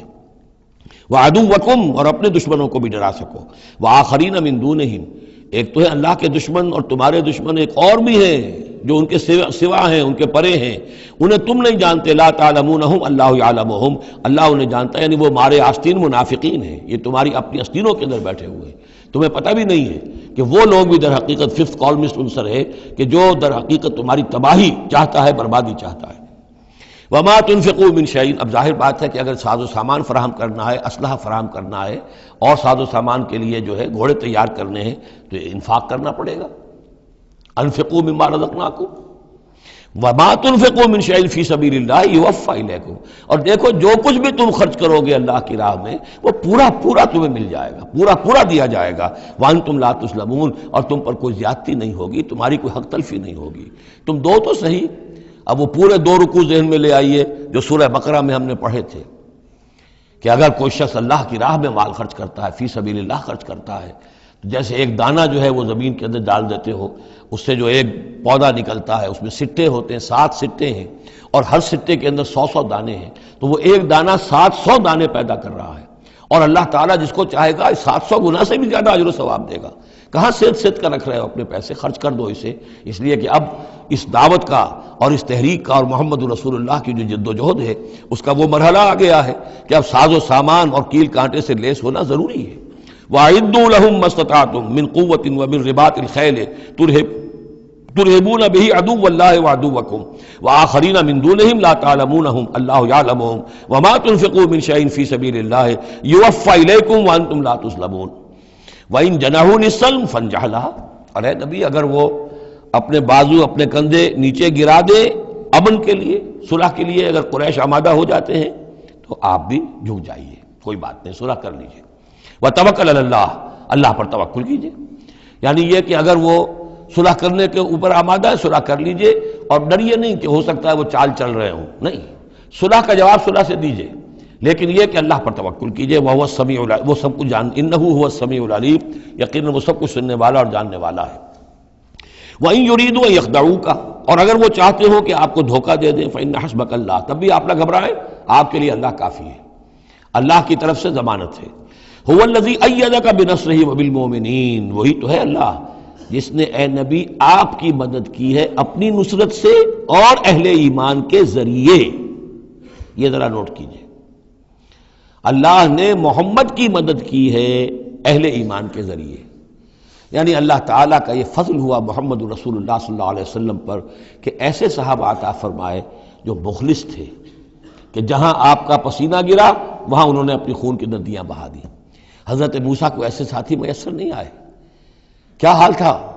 جبکہ ان کو کہا گیا اللہ کی راہ میں جنگ کرو، اور ان کا فضل بنتا وربک فقاتل انا ہؤلاء قاعدون، جاؤ تم جاؤ، ہم بیٹھے ہیں یہاں. رب انی لا املک الا نفسی واخی فافرق بیننا و بین القوم الفاسقین۔ یہاں یہ ہوا تھا جب دوسری مرتبہ مقام صفرا پر جب ہوئی ہے جو مشاورت، اور وہ بڑی یوں سمجھیے کہ کانٹے کی مشاورت تھی، وہاں بھی کچھ لوگ زور دے رہے تھے مسلسل کہ چلیے ہمیں چلنا چاہیے پہلے قافلے کی طرف، وہ تو آپ کو سیرت کی کتابوں میں پڑھنا ہوگا، لیکن یہ ہے کہ اس وقت حضور کا منشا یہ تھا، آپ بار بار کہ اچھا آپ اور لوگ مشورہ دیں، اور لوگ بھی مشورہ دیں۔ حضرت مقداد نے کھڑے ہو کر یہی بات کہی رضی اللہ تعالیٰ عنہ، اے نبی آپ ہمیں موسیٰ کے ساتھی نہ سمجھیے جنہوں نے کہہ دیا تھا فَاصْبِرْ أَنْتَ وَرَبُّكَ فَقَاتِلَا إِنَّا هُنَا قَاعِدُونَ، ہم آپ کے ساتھی ہیں، آپ جو حکم دیں ہم حاضر ہیں۔ حضرت ابوبکر نے تقریر کی، حضرت عمر نے تقریر کی، حضور دیکھ رہے ہیں انصار کا کیا منشا ہے، ان کی کیا رائے ہے۔ پھر کھڑے ہوئے حضرت سعد، انہوں نے کہا ہے کانک تعنینا یا رسول اللہ، اے اللہ کے رسول شاید آپ کا روح سخن ہماری جانب ہے،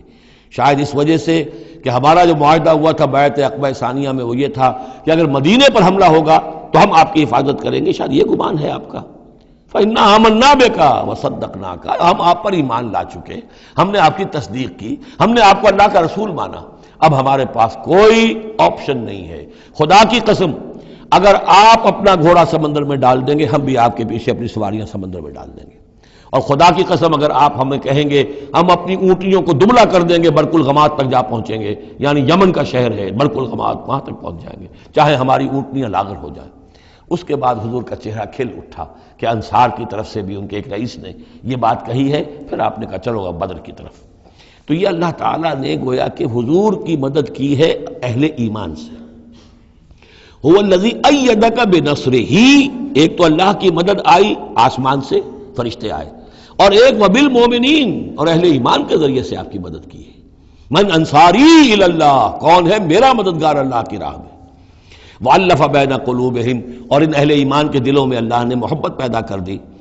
لَوْ أَنفَقْتَ مَا فِي الْأَرْضِ جَمِيعًا مَا أَلَّفْتَ بَيْنَ قُلُوبِهِمْ، ارے نبی اگر آپ دولت کے ذریعے سے محبت پیدا کرتے کہ لوگوں کو زیادہ زیادہ ان کے دل کی نرمی کے لیے، تالیف قلب کے لیے جو ہے پیسے دیے جائیں، اگر زمین کی ساری دولت بھی آپ خرچ کر دیتے تو ان میں یہ تالیف، یہ الفت پیدا نہیں ہو سکتی تھی۔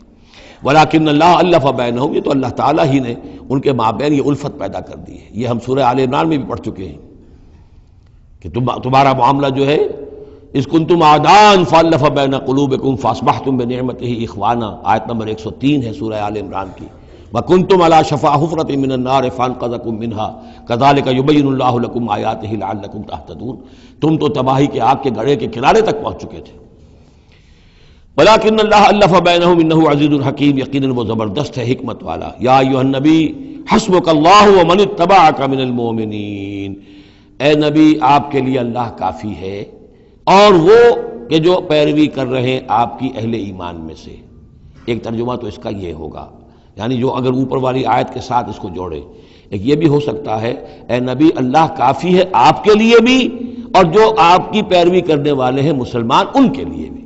ان کے لیے بھی اللہ کفایت کرتا ہے، ان کی مدد کے لیے، ان کو سہارا دینے کے لیے۔ تو یہ ایسی کنسٹرکشن ہے جملے کی کہ دونوں معنی لیے جا سکتے ہیں۔ یا ایھا النبی حرض المؤمنین علی القتال، اب یہ تحریض کا لفظ پھر آ گیا جو سورہ نساء میں ہم پڑھ چکے ہیں۔ وحرض المؤمنین علی القتال، اے نبی شوق دلائیے، ترغیب دلائیے، ابھاریے، ایمان کے جذبات کو ذرا اپیل کیجئے اہل ایمان کے کہ وہ قتال پر آمادہ ہوں۔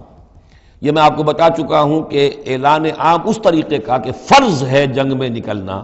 ہر مسلمان کے لیے، یہ صرف تبوک میں ہوا سن 9 میں جا کر۔ پورے 9 برس تک قتال فی سبیل اللہ کے لیے تحریص تھی، ترغیب تھی، اور یہ تحریص گاڑی ہو کر تحریض بن گئی، بس لازم نہیں تھا۔ اسی لیے ہم سورہ نساء میں پڑھ چکے ہیں کہ اس کے باوجود جو اس ترغیب کی وجہ سے آگے بڑھے قتال کے لیے نکلے ان کے اونچے درجات ہیں، لیکن یہ کہ جن لوگوں کو چونکہ فرض عین نہیں کیا گیا تھا لہذا اگر کوئی نہیں نکلے تو ان کے اوپر کوئی مواخذہ نہیں۔ لیکن یہ کہ غزوہ تبوک میں نفیر عام تھی کہ ہر صاحب ایمان کا نکلنا ضروری ہے۔ حرض المؤمنین علی القتال ان یکن منکم 20 صابرون، اگر تم میں سے 20 ہوں گے صبر کرنے والے، یغلبوا 200 تو وہ 200 پر غالب آ جائیں گے۔ وَإِن یکن منکم 100، اور اگر ہوں گے تم میں سے 100، یغلبوا 1000، وہ غالب آ جائیں گے 1000 پر، من الذین کفروا، کافروں میں سے، بأنہم قوم لا یفقہون، اس لیے کہ وہ سمجھ نہیں رکھتے۔ سمجھ سے مراد کیا ہے؟ انہیں اپنے موقف کی حقانیت کا یقین نہیں ہے۔ ایک شخص ہے جو جانتا ہے میں حق پر ہوں،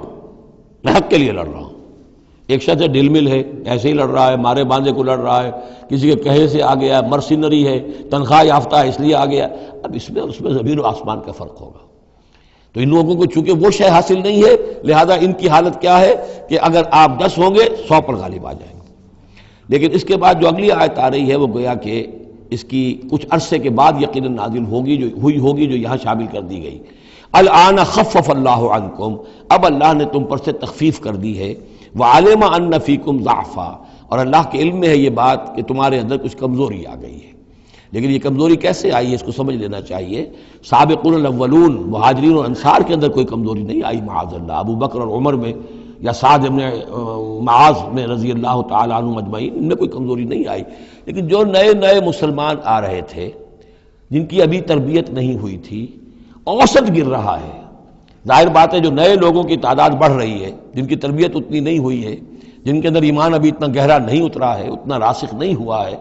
تو اس کے حوالے سے اب فرض کیجئے کہ 1000 کے اندر پہلے تو ایسے ہوتے تھے کچے پکے جو ہیں وہ 20 ہیں، 50 ہیں، 100 ہیں. اب یہ ہے کہ ان کی تعداد بڑھتی جا رہی ہے اگر، تو نتیجہ کیا ہوگا کہ اوسط جو ہے وہ گر جائے گی. اس اوسط کے اعتبار سے اب تمہارے اندر کچھ کمزوری آ گئی ہے. فَإِن يَكُن مِّنكُم مِّئَةٌ صَابِرَةٌ يَغْلِبُوا مِئَتَيْنِ، اب بھی یہ ہے کہ اگر تمہارے اندر 100 ہوں گے کہ جو صبر کرنے والے ہوں گے وہ 200 پر غالب آ جائیں گے. وَإِن يَكُن مِّنكُمْ أَلْفٌ، اور اگر تم میں سے 1000 ہوں گے يَغْلِبُوا أَلْفَيْنِ بِإِذْنِ اللَّهِ، تو وہ 2000 پر غالب آ جائیں گے اللہ کے اذن سے. وَاللَّهُ مَعَ الصَّابِرِينَ، اور یقیناً اللہ صبر کرنے والوں کے ساتھ ہے. مَا كَانَ لِنَبِيٍّ أَن يَكُونَ لَهُ أَسْرَىٰ، اب یہ ایک اور بہت نازک معاملہ ہوا جو غزوہ بدر کے بعد، کہ وہ جو 70 قیدی پکڑے گئے ان کا کیا کیا جائے. جو قریش کے 70 قیدی، اب اس کی ایک شکل تو یہ تھی، مشاورت کی حضور نے، حضرت ابو بکر کی ایک رائے تھی، حضور کی اپنی رائے بھی وہی تھی، اس لیے کہ جو مزاج حضور کا تھا، آپ شفیق، نرم، رؤوف، رقیق القلب، یہی معاملہ حضرت ابو بکر کا تھا. حضرت عمر تھے سخت، اشدہم فی امر اللہ عمر. حضرت عمر کی یہ رائے تھی کہ ان سب کو قتل کر دینا چاہیے. اگر ہم نے فدیہ لے کر یا قوم معاف کر دیا، ویسے ہی چھوڑ دیا، یہ پھر دوبارہ آئیں گے، کفر کو تقویت حاصل ہوگی. تو اس کو تو جب تک کہ کفر کی کمر ٹوٹ نہ جائے، یہ سانپ جو ہے جب تک کہ پوری طرح کچلا نہ جائے، اس وقت تک جو ہے ہمیں کوئی نرمی نہیں کرنی چاہیے. بلکہ وہ اس حد تک تھے کہ ہم میں سے یہ جو قیدی آئے ہیں جو ان کے قریب ترین عزیز ہوں، بس مہاجرین کے اندر وہ لوگ موجود تھے، قریش کے جو لوگ پکڑے گئے ہیں، تو مہاجر جو تھے یہاں صحابہ کرام وہ بھی تو قرشی تھے، تو اپنے قریب ترین عزیزوں کو اپنے ہاتھ سے قتل کریں. یہ حضرت عمر کی رائے تھی. حضور صلی اللہ علیہ وسلم کی رائے اور حضرت ابو بکر کی رائے بھی یہ تھی کہ نہیں، نرمی کی جائے، فدیہ لے کر چھوڑ دیا جائے. فیصلہ ہو گیا، اس پر عمل ہو گیا. لیکن پھر جو یہ آیت اتری ہے یہ پھر بہت سخت ہے. اس میں اس فیصلے کو غلط قرار دیا گیا، اگرچہ فیصلہ ہو گیا ٹھیک ہے، لیکن یہ کہ اس کے اوپر گرفت ہوئی ہے کہ یہ نہیں ہونا چاہیے تھا. یہ مضمون بنیادی طور پر یہ سورہ محمد میں آئے گا صلی اللہ علیہ وسلم، اور وہاں تفصیل کے ساتھ اس کی پوری بات آ چکی ہے. اور چونکہ سورہ محمد سورہ بقرہ سے بھی پہلے نازل ہو چکی تھی، سورۃ القتال، اس حوالے سے یہ بات جو ہے بہت اہم ہے کہ اس میں یہ قاعدہ قانون آ چکا تھا. اس کے باوجود اس بات کا ہو جانا یہ گویا کہ ایک طرح سے ایک کوتاہی ہوئی ہے، وقتی طور پر نظر انداز ہو گیا اللہ تعالیٰ کا مستقل حکم. ما کان لنبی ان یکون لہ اسریٰ، کسی نبی کے لیے یہ جائز نہیں ہے کہ اس کے پاس قیدی ہوں، حتی یسخن فی الارض، جب تک کہ زمین کے اندر خوب خونریزی نہ ہو لے، یعنی باطل کی کمر نہ توڑی جا چکی ہو، اس وقت تک قیدی رکھنا. قیدی رکھنے کا مطلب تو ہے کہ وہ زندہ رہیں گے، آج نہیں تو کل انہیں چھوڑنا پڑے گا. آپ چھوڑیں گے ان کو، وہ پھر کفر کی تقویت کا باعث بنیں گے. تريدون عرض الدنیا، تم دنیا کا ساز و سامان چاہتے ہو، یعنی فدیہ ملے گا، مال ملے گا. اب یہ ظاہر بات ہے کہ نہ حضور کی یہ نیت ہو سکتی تھی معاذ اللہ، اور نہ حضرت ابو بکر کی، لیکن اللہ تعالیٰ کا معاملہ ہے جب وہ اپنے نبیوں کے اوپر بھی کبھی گرفت کرتا ہے تو بظاہر الفاظ بڑے سخت ہوتے ہیں، بظاہر بڑے سخت ہوتے ہیں، تو اس کے اندر وہ سختی موجود ہے. ظاہر بات ہے کہ یہ بات نہ حضور کے لیے نہ حضرت ابو بکر کے لیے. تريدون عرض الدنیا، تم دنیا کا سامان چاہتے ہو، واللہ یرید الآخرہ، اللہ کے پیش نظر آخرت ہے. سورہ محمد کی آیت نمبر 4 میں یہ پورا قانون آئے گا، ہم وہاں پڑھ لیں گے. واللہ عزیز حکیم، اور اللہ تعالی عزیز اور حکیم ہے۔ لولا کتاب من اللہ سبقہ، اگر نہ ہوتی بات اللہ کی طرف سے جو پہلے سے آ چکی تھی، یعنی سورہ محمد کی آیت نمبر 4، اس میں ایک امکان نکلتا تھا اس کی تعبیر کا، اگرچہ تعبیر کے اندر میرے نزدیک غلطی ہوئی ہے، لیکن پھر بھی ایک اس کے اندر امکان موجود تھا جس کو کہ استعمال کیا ہے محمد الرسول اللہ صلی اللہ علیہ وسلم سے۔ لولا کتاب من اللہ سبقہ، اگر یہ اللہ تعالیٰ کی طرف سے بات پہلے سے طے نہ ہو چکی ہوتی، لمسکم فیما اخذتم عذاب عظیم، تو جو کچھ تم نے یہ فدیہ وغیرہ لیا ہے اس پر تم پر بڑا سخت عذاب آتا۔ قانون ہم سورہ محمد میں پڑھیں گے کہ وہ کیا تھا، اور اس کی انٹرپریٹیشن کے اندر یہاں حضور نے کس جگہ سے گنجائش نکالی۔ دیکھیے ہوتا یہ ہے کہ آپ کا رجحان نرمی کا ہے تو آپ ایک ہی بات کے اندر سے نرم پہلو نکال لیں گے، جیسے کہ میں نے عرض کیا تھا کہ جو لوگ کے سنتے ہیں الذین یستمعون القول فیتبعون احسن، وہ لوگ کہ جو کسی بات کو سن کر پھر پیروی کرتے ہیں اس میں سے بہترین کی، جو بھی اس میں اعلیٰ ترین درجہ ہے اس تک پہنچنے کی کوشش کرتے ہیں۔ لیکن طبیعت کے اندر اگر نرمی تھی تو اس نرمی کی وجہ سے حضور نے اس کے اندر ایک اپنے لیے گنجائش نکال لی، لیکن چونکہ اس آیت کے اندر وہ گنجائش واقعتاً موجود ہے، لہذا فرمایا اگر وہ نہ ہوا ہوتا، لولا کتاب من اللہ سبقہ، اگر وہ آیت پہلے نازل نہ ہو چکی ہوتی، لمسکم فیما اخذتم عذاب عظیم، تو تم پر جو بھی تم نے لیا ہے یہ فدیہ وغیرہ اس پر تم پر بڑی سخت پکڑ ہوتی اور عذاب آتا۔ روایات میں آتا ہے کہ حضور بھی اور حضرت ابوبکر بھی دونوں پھر اس آیت کے نزول کے بعد روتے رہے ہیں کہ ہم سے یہ خطا ہوئی ہے۔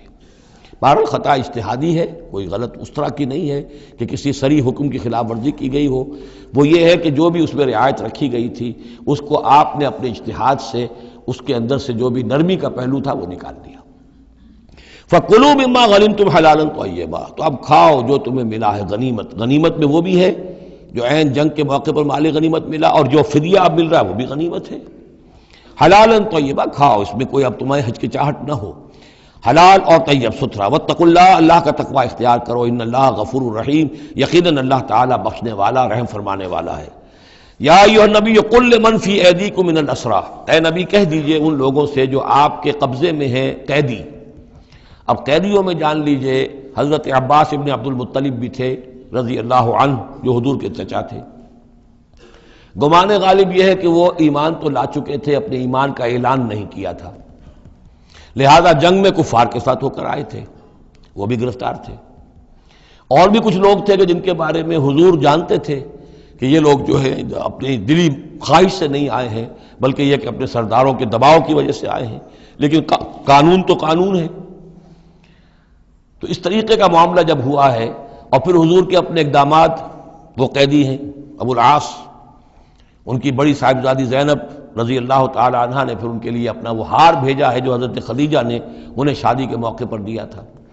تو یہ ایسی کیفیات ہیں، ہم جب پڑھتے ہیں ان چیزوں کے تو ہمارے لیے تو ایک تعلق جو ہے وہ ایک ماضی کی تاریخ کے قصوں کی ہے، وہاں تو یہ خونی رشتے بھی تھے، تعلقات بھی تھے، ایک ہی خاندان ہے، ایک ہی قبیلہ ہے، اسی کے لوگ آئے ہوئے ہیں۔ تو اب حضور کے دل میں جو ہے اس وقت سنا یہ ہے کہ جب رات کے وقت کراہ رہے تھے حضرت عباس، انہیں باندھا ہوا تھا، سخت ظاہر بات ہے قیدیوں کو جکڑا ہوا ہے رسیوں کے اندر، تو ان کے جو کچھ اتنا بند تھے کہ سخت تھے، وہ جو بند تھے جن میں بندھے ہوئے تھے کہ کراہ رہے تھے، تو حضور نے کہا تمام قیدیوں کے بند ڈھیلے کر دو۔ یہ نہیں کہا کہ صرف عباس کا بند ڈھیلا کر دو، بلکہ آپ نے ان کی کراہنے کی آواز سن کر پھر آپ نے فرمایا سب کے بند ڈھیلے کرو، اتنا سخت ان کو نہ باندھو۔ تو اس طرح کا معاملہ جو ہے اس کو ذہن میں رکھیے۔ یا ایھا النبی قل لمن فی ایدیکم من الاسریٰ، کہہ دیجئے ان سے جو آپ کے ہاتھ میں اب قیدی ہیں، ان یعلم اللہ فی قلوبکم خیرا، دیکھو اگر جو کچھ تمہارے دلوں میں ہے اللہ کے علم میں ہے کہ وہ خیر ہے، یؤتکم خیرا مما اخذ منکم، تو جو کچھ تم سے اس وقت لیا گیا ہے اس سے بہتر اللہ تمہیں دے دے گا۔ یعنی یہ کہ نیت کا معاملہ تمہارا اور اللہ کے مابین ہے، ہمارا معاملہ قانون کا ہے۔ تم آئے کفار کے ساتھ جنگ کرتے ہوئے آئے ہو، پکڑے گئے ہو، اب ان میں کوئی ڈسکریمنیشن نہیں ہو سکتی۔ کوئی شخص کہے کہ نہیں صاحب میں تو مجبوراً آیا تھا، اور میں تو کسی کے کہنے میں آیا تھا، اور میں تو حقیقت میں تو اسلام لا چکا تھا، یہ بات جو ہے اب نہیں چلے گی۔ لہذا یہ ضرور ہے کہ اگر تمہارے دل میں کوئی خیر ہے، کوئی بھلائی ہے، اور اس وقت یہ کہ تم سمجھتے ہو کہ تم اس صورتحال میں مجبوراً پھنس گئے ہو اور تمہیں فدیہ ادا کرنا پڑ رہا ہے، تو اللہ تعالیٰ تمہیں اس سے کہیں زیادہ دے دے گا کہ جو آج تمہیں فدیے میں دینا پڑ رہا ہے۔ ظاہر بات ہے کہ وہاں بیویوں کو خبریں پہنچی، انہوں نے اپنے زیور بھیجے ہیں، حضرت زینب رضی اللہ تعالی عنہ نے بھی اپنا زیور بھیجا، ہار بھیجا ہے، اور حضور کی آنکھوں میں آنسو آ گئے جب آپ نے وہ ہار دیکھا، حضرت خدیجہ کا ہار رضی اللہ تعالی عنہ۔ وہ پوری زندگی جو آپ کی گزری تھی حضرت خدیجہ کے ساتھ، وہ ساری آنکھوں میں نگاہوں کے سامنے آ گئی، جو ان کی وفاداری تھی اور جو انہوں نے خدمت کی تھی، وفا شعاری کی تھی۔ تو اس کے بعد مسلمانوں سے کہا کہ یہ ماں کی یادگار تھی بیٹی کے پاس، اگر آپ لوگ اجازت دیں تو یہ اس کو واپس کر دیا جائے، تو اس کو پھر لوگوں کی اجازت سے وہ ہار واپس کیا گیا۔ تو یہ سارے جو جذباتی معاملات تھے ان کو اچھے طرح سمجھیے کہ ہم پڑھتے ہوئے ان چیزوں کو سمجھتے ہیں کہ جیسے ایک بس تاریخ کا ایک واقعہ ہے، اس کے ساتھ جو احساسات، جذبات، جو اس کے ساتھ اور فوری جو اس وقت کی کیفیات تھی، اس کا ہمارے لیے اکثر و بیشتر تو ممکن ہی نہیں کہ تصور کر سکے۔ یا ایھا النبی قل لمن فی ایدیکم من الاسریٰ، اے نبی کہہ دیجئے ان لوگوں سے جو آپ لوگوں کے قبضے میں ہیں اس وقت ان قیدیوں میں سے، ان یعلم اللہ فی قلوبکم خیرا، اگر اللہ کے علم میں ہے کہ تمہارے دل میں خیر ہے، یؤتکم خیرا مما اخذ منکم، تو جو کوئی تم سے لیا گیا ہے اللہ اس سے بہتر تمہیں دے دے گا، ویغفر لکم، اور تمہیں بخش دے گا، واللہ غفور الرحیم، اور اللہ غفور الرحیم ہے۔ وَإِن يُرِيدُوا خِيَانَتَكَ، اور اگر یہ آپ سے خیانت کرنا چاہیں، جھوٹ بول رہے ہوں، جھوٹی قسمیں کھا رہے ہوں کہ ہمارے ساتھ تو معاملہ یوں ہو گیا تھا اور ایسے آ گئے تھے، فقد خان اللہ من قبل، تو پھر یہ پہلے اللہ سے بھی خیانتیں کرتے رہے ہیں، فامکنا منکم منہم فامکنا منکم، اللہ تعالیٰ نے ان کو پکڑوا دیا، واللہ علیم الحکیم، اللہ حکیم اور علیم ہے۔ اب یہ یوں سمجھیے کہ کنکلوڈنگ آیات ہے سورہ مبارکہ کی، ان الذین آمنوا وہاجروا وجاہدوا باموالہم وانفسہم فی سبیل اللہ والذین آووا ونصروا اولئک بعضهم اولیاء بعض، یقیناً وہ لوگ جو ایمان لائے اور جنہوں نے ہجرت کی اور جہاد کیا اپنے اموالوں اور جانوں کے ساتھ اللہ کی راہ میں، اور وہ لوگ جنہوں نے انہیں پناہ دی اور ان کی مدد کی، اولئک بعضهم اولیاء بعض، یہ وہ لوگ ہیں کہ جو ایک دوسرے کے ساتھی ہیں، رفیق ہیں۔ یہ آپ نے بات سمجھ لی۔ اس وقت تک مسلمان معاشرہ جو ہے یہ دو حصوں میں علیحدہ علیحدہ منقسم تھا، مہاجرین، انصار۔ اگرچہ مہاجرین اور انصار کو بھائی بھائی بنایا جا چکا تھا، لیکن ظاہر بات ہے کہ صرف اس طرح کے تعلق سے وہ پورا جو قبائلی نظام جو ہے وہ ایک دم تو تلپٹ نہیں ہو جاتا۔ تو اس وقت تک یہ صورتحال بھی یہ ہے کہ جو پہلے جو 8 مہمیں حضور نے بھیجی ہیں اس میں کسی انصاری کو شریک نہیں کیا، وہ ایکسکلوسیولی مہاجر فینومینن تھا۔ جنگ بدر میں پہلی مرتبہ جو ہے انصار شریک ہوئے ہیں، ورنہ پہلے صرف مہاجرین تھے۔ لہذا وہ پہلی آیت جو ہے ان الذین آمنوا، وہ لوگ جو ایمان لائے، وہاجروا، انہوں نے مکے سے ہجرت کی، مدینے آ گئے، وجاہدوا باموالہم وانفسہم فی سبیل اللہ، اور انصار مدینہ تو اب جہاد میں شریک ہوئے ہیں، یہ 1.5 سال سے اس جہاد میں پہلے سے چلے آ رہے ہیں کہ پوری 8 مہمیں جو پہلے کی ہیں وہ ایکسکلوسیو جو ہیں وہ صرف مہاجرین نے کی ہیں۔ وجاہدوا باموالہم وانفسہم فی سبیل اللہ، یہ ایک طبقہ ہو گیا، ایک جماعت ہو گئی۔ والذین آووا، اور انصار کی شان کیا ہے؟ انہوں نے انہیں جگہ دی، پناہ دی، اپنے گھر تقسیم کر دیے، اپنی دکانیں تقسیم کر دی، اور اس طریقے سے مسلمانوں کے لیے اپنے دلوں میں بھی اور اپنے گھروں میں بھی پوری جگہ پیدا کی۔ اولئک بعضهم اولیاء بعض، انہوں نے مدد بھی کی، یہ سب ایک دوسرے کے ساتھی ہیں۔ والذین آمنوا ولم یہاجروا،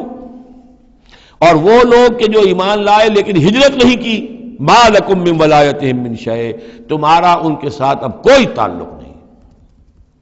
آگے تو آگے چل کر سورہ نساء میں جو بعد میں نازل ہوئی ہیں پڑھ چکے ہم پہلے، ان میں تو یہ ہے کہ وہ کافر اور منافق قرار دیا گیا،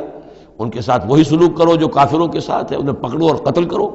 الا یہ کہ کسی ایسی قبیلے سے ہوں جن کے ساتھ تمہارا معاہدہ ہو، وہ پورا قانون وہاں آ گیا ہے۔ لیکن یہاں بھی پہلی بات بتا دی گئی، اب کوئی ولایت باہمی تمہاری ان کے ساتھ نہیں ہے۔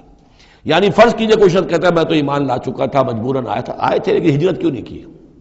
جب ہجرت نہیں کی تو اب تمہارا شمار ہوگا انہی لوگوں کے ساتھ جن کے ساتھ تم جنگ کر کے آئے ہو۔ تم یہ نہیں کہہ سکتے کہ میرا تعلق جو ہے اہل ایمان سے شمار کیا جانا چاہیے۔ والذین آمنوا ولم یہاجروا ما لکم من ولایتہم من شیء، تو کوئی تمہاری ان سے رفاقت نہیں ہے، کوئی تعلق نہیں ہے، کوئی عہد نہیں ہے، کوئی قول و قرار نہیں ہے۔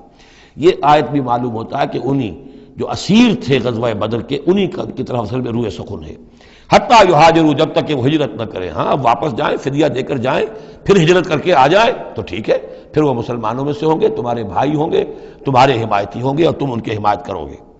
وَإِنِ اسْتَنصَرُوكُمْ فِي الدِّينِ، اور وہ لوگ کہ جو ایمان تو لائے لیکن ہجرت نہیں کی، اپنے اپنے قبیلوں میں رہے یا مکے میں رہے، اگر وہ تم سے مدد مانگے دین میں، فَعَلَيْكُمُ النَّصْرُ، تو اے مسلمانوں تم پر واجب ہے ان کی مدد کرنا۔ الا علی قوم بینکم وبینہم میثاق، سوائے اس کے کہ وہ کسی ایسی قوم سے تعلق رکھتے ہوں کہ جن کے اور تمہارے درمیان کوئی معاہدہ ہے۔ اگر کوئی قبیلہ ہے کہ جس کے ساتھ حضور نے معاہدہ کیا ہوا ہے صلح کا، اور وہاں کوئی مسلمان ہے اور وہ ہجرت تو کر نہیں رہا، وہاں سے وہ مدد کی درخواست کرتا ہے کہ میری مدد کی جائے، تو اس کے خلاف اس کی مدد نہیں کی جائے گی، اس لیے کہ قوم کے ساتھ معاہدہ ہے۔ واللہ بما تعملون بصیر، اور جو کچھ تم کر رہے ہو اللہ اسے دیکھ رہا ہے۔ والذین کفروا بعضهم اولیاء بعض، اور وہ لوگ جنہوں نے کفر کیا وہ ایک دوسرے کے ساتھی ہیں، ایک دوسرے کے حمایتی ہیں، ایک دوسرے کے پشت پناہ ہیں۔ عرب قبائلی معاشرے کے اندر یہ جو ولایت کا معاملہ ہوتا تھا، اس میں پھر یہ ذمہ داریاں بھی آتی تھیں۔ کسی کے اوپر تاوان پڑ گیا ہے تو جو اس کے ولی ہیں، جو اس کے حلیف ہیں، ان کو بھی تاوان میں سے حصہ پہ دینا پڑتا تھا۔ کوئی قیدی ہو گیا ہے، اسے کوئی فدیہ دینا ہے تو جو اس کے حلیف ہیں، جب اس کے گھر والے بھی وہ فدیے کے لیے رقم جمع کریں گے تو وہ حلیف بھی اس کے اندر اپنا حصہ ڈالیں گے۔ تو یہ تو معاشرے کے اندر جو قبائلی معاشرہ ہوتا ہے یہ چیزیں ہوتی ہیں۔ تو یہاں فرما دیا گیا جو کافر ہیں وہ ایک دوسرے کے حلیف ہیں، جو اہل ایمان ہیں وہ ایک دوسرے کے حلیف ہیں، لیکن اہل ایمان میں سے جو ہجرت نہیں کرتے وہ اہل ایمان کے حلیف نہیں ہیں، بلکہ وہ تو انہی کافروں کے ساتھ شمار ہوگا ان کا جن کے ہاں وہ رہ رہے ہیں۔ البتہ یہ کہ اگر وہ مدد طلب کریں تمہیں مدد کرنی ہوگی، بشرطے کہ ان کے قبیلے سے تمہارا کوئی معاہدہ نہ ہو۔ الا تفعلوہ، اگر تم ان چیزوں کی پابندی نہ کرو۔ ایک مسلمان ہے، وہاں سے اس نے خط لکھ دیا ہے کہ مجھے یہاں ستایا جا رہا ہے، حالانکہ اس قبیلے سے آپ کا معاہدہ اور آپ چڑھ دوڑے اس قبیلے کے اوپر، تو یہ معاملہ نہیں چلے گا دنیا کے اندر۔ ہر چیز کا ایک قاعدہ ہے، قانون ہے، اسے وہاں سے ہجرت کرنی چاہیے، یا ہجرت نہیں کر رہا ہے تو تکلیف جھیلنی چاہیے، برداشت کرنی چاہیے۔ مسلمان مدد نہیں کر سکتے چونکہ اس کے قبیلے سے مسلمانوں کا معاہدہ ہے۔ الا تفعلوہ، اگر یہ قواعد و ضوابط پیش نظر نہیں رکھو گے، ان کی پابندی نہیں کرو گے، تکن فتنۃ، تو پھر تو یہ ہے کہ فساد برپا ہو جائے گا، فتنہ پھیلے گا، فی الارض و فساد کبیر، اور بہت بڑی جو ہے بدامنی ہو جائے گی۔ اب وہ آیت آگے جس کا میں نے ذکر کیا تھا، والذین آمنوا وہاجروا وجاہدوا فی سبیل اللہ والذین آووا ونصروا اولئک هم المؤمنون حقا۔ اب ان دو طبقات کو جمع کر دیا گیا، والذین آمنوا وہاجروا وجاہدوا فی سبیل اللہ والذین آووا ونصروا۔ ویسے یہ کہ وہ لوگ جو ایمان لائے اور جنہوں نے ہجرت کی اور جنہوں نے جہاد کیا اللہ کی راہ میں، یعنی یہ مہاجرین، والذین آووا، اور وہ انصار مدینہ جنہوں نے انہیں پناہ دی، انہیں جگہ دی، انہیں اکوموڈیٹ کیا، والذین آووا ونصروا، اور نصرت کی، اولئک هم المؤمنون حقا لہم مغفرۃ ورزق کریم، ان کے لیے مغفرت ہے اور رزق کریم ہے۔ تو مومن حقیقی کی تعریف یہاں پر جو آئی ہے دو حصوں میں بٹ کر، وہ میں چاہتا ہوں کہ پھر اچھی طریقے سے آپ سمجھ لیں، انتہائی اہم بات ہے یہ۔ ایک مسلمان کے لیے بنی الاسلام علی خمس، 5 چیزیں ہیں، کلمہ شہادت، نماز، روزہ، حج، زکوٰۃ۔ لیکن حقیقی مومن ہونے کے لیے 2 چیزیں اور بڑھیں گی، صرف شہادت نہیں، یقین قلبی، اور نماز، روزہ، حج، زکوٰۃ کے ساتھ جہاد فی سبیل اللہ۔ گویا کہ 7 چیزیں ہوں گی، 7 شرطیں پوری ہوں گی تو ایک شخص بندہ مومن کہلائے گا۔ یہ تعریف ہے کہ جو سورہ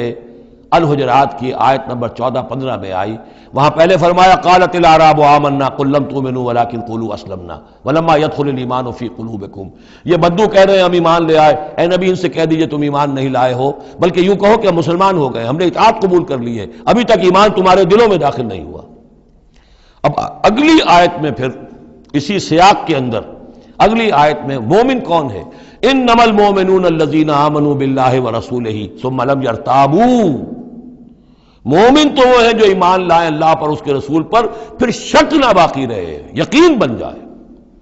اور دوسرے وجاہدوا باموالہم وانفسہم فی سبیل اللہ، اور وہ جہاد کریں اللہ کی راہ میں اپنی جانوں اور مالوں کے ساتھ، اولئک ھم الصادقون، صرف وہ سچے ہیں۔ اس کو میں نے پرکار سے تشبیہ دی تھی۔ اب اگر وہ دل میں یقین ہے تو اس کی کیا کیفیات پیدا ہو جائیں گی؟ دلی یقین کی کیفیات وہ شروع میں آ گئی ہیں۔ انما المؤمنون الذین اذا ذکر اللہ وجلت قلوبہم، اہل ایمان تو وہ ہیں حقیقت میں کہ جب اللہ کی یاد کرتے ہیں، اللہ کا ذکر ہوتا ہے، ان کے دل لرز اٹھتے ہیں۔ وَإِذَا تُلِيَتْ عَلَيْهِمْ آيَاتُهُ زَادَتْهُمْ ایمانا، جب ان کو اللہ کی آیات پڑھ کر سنائی جاتی ہیں ان کے ایمان میں اضافہ ہوتا ہے۔ وَعَلَىٰ رَبِّهِمْ يَتَوَكَّلُونَ، ان کا توکل، ان کا بھروسہ کل کا کل اللہ کی ذات پر ہے۔ الذین یقیمون الصلاۃ ومما رزقناہم ينفقون، اور وہ لوگ جو نماز قائم کرتے ہیں اور انفاق کرتے ہیں اللہ کی راہ میں اس میں سے جو ہم نے دیا۔ اولئک هم المؤمنون حقا، یہ ہے سچے مومن، پکے مومن۔ لیکن یہ مومن کی شخصیت کی تصویر کا ایک رخ ہے۔ بدقسمتی سے ہمارے ہاں یہ دو رخ علیحدہ ہو گئے۔ معاملہ یہ ہے کہ یہ ہے ایک ورق، اس ورق کا ایک صفحہ یہ ہے، ایک صفحہ یہ ہے، یہ انسیپریبل ہے، صفحات کو جدا نہیں کر سکتے آپ۔ ورق ایک ہے، اس کا ایک رخ یہ ہے صفحہ، ایک رخ یہ ہے صفحہ۔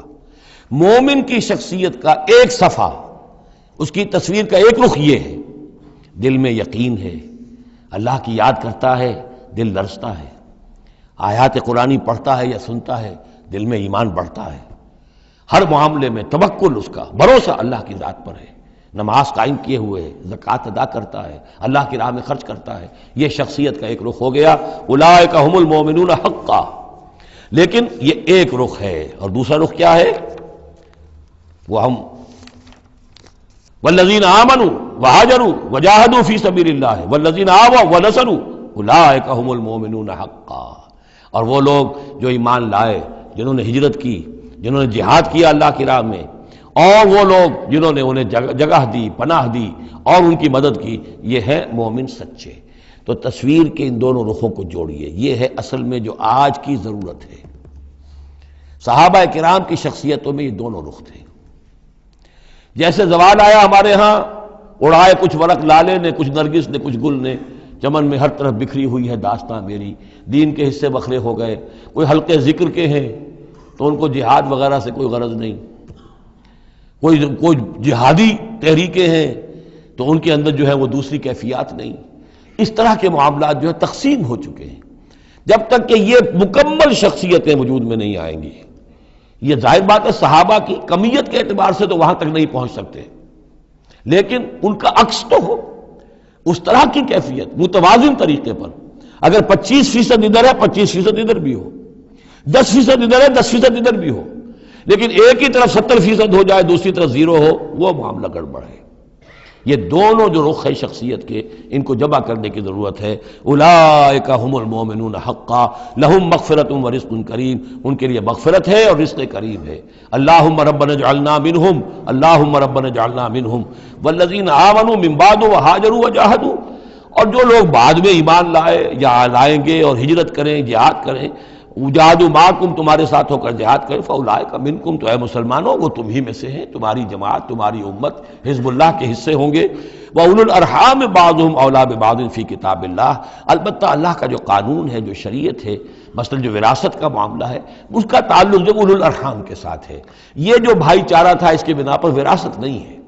وراثت ہوگی وہی جو رحمی رشتے ہیں جن کے بنا پر کہ وراثت کا قانون بنا دیا گیا۔ اولو الارحام بعضهم اولیٰ ببعض فی کتاب اللہ، اللہ کی شریعت کے ضابطے کے قانون میں بہرحال جو رحمی رشتے ہیں وہ یقیناً مقدم ہیں۔ ان اللہ بکل شیء علیم، یقیناً اللہ تعالی ہر چیز کا علم رکھتا ہے۔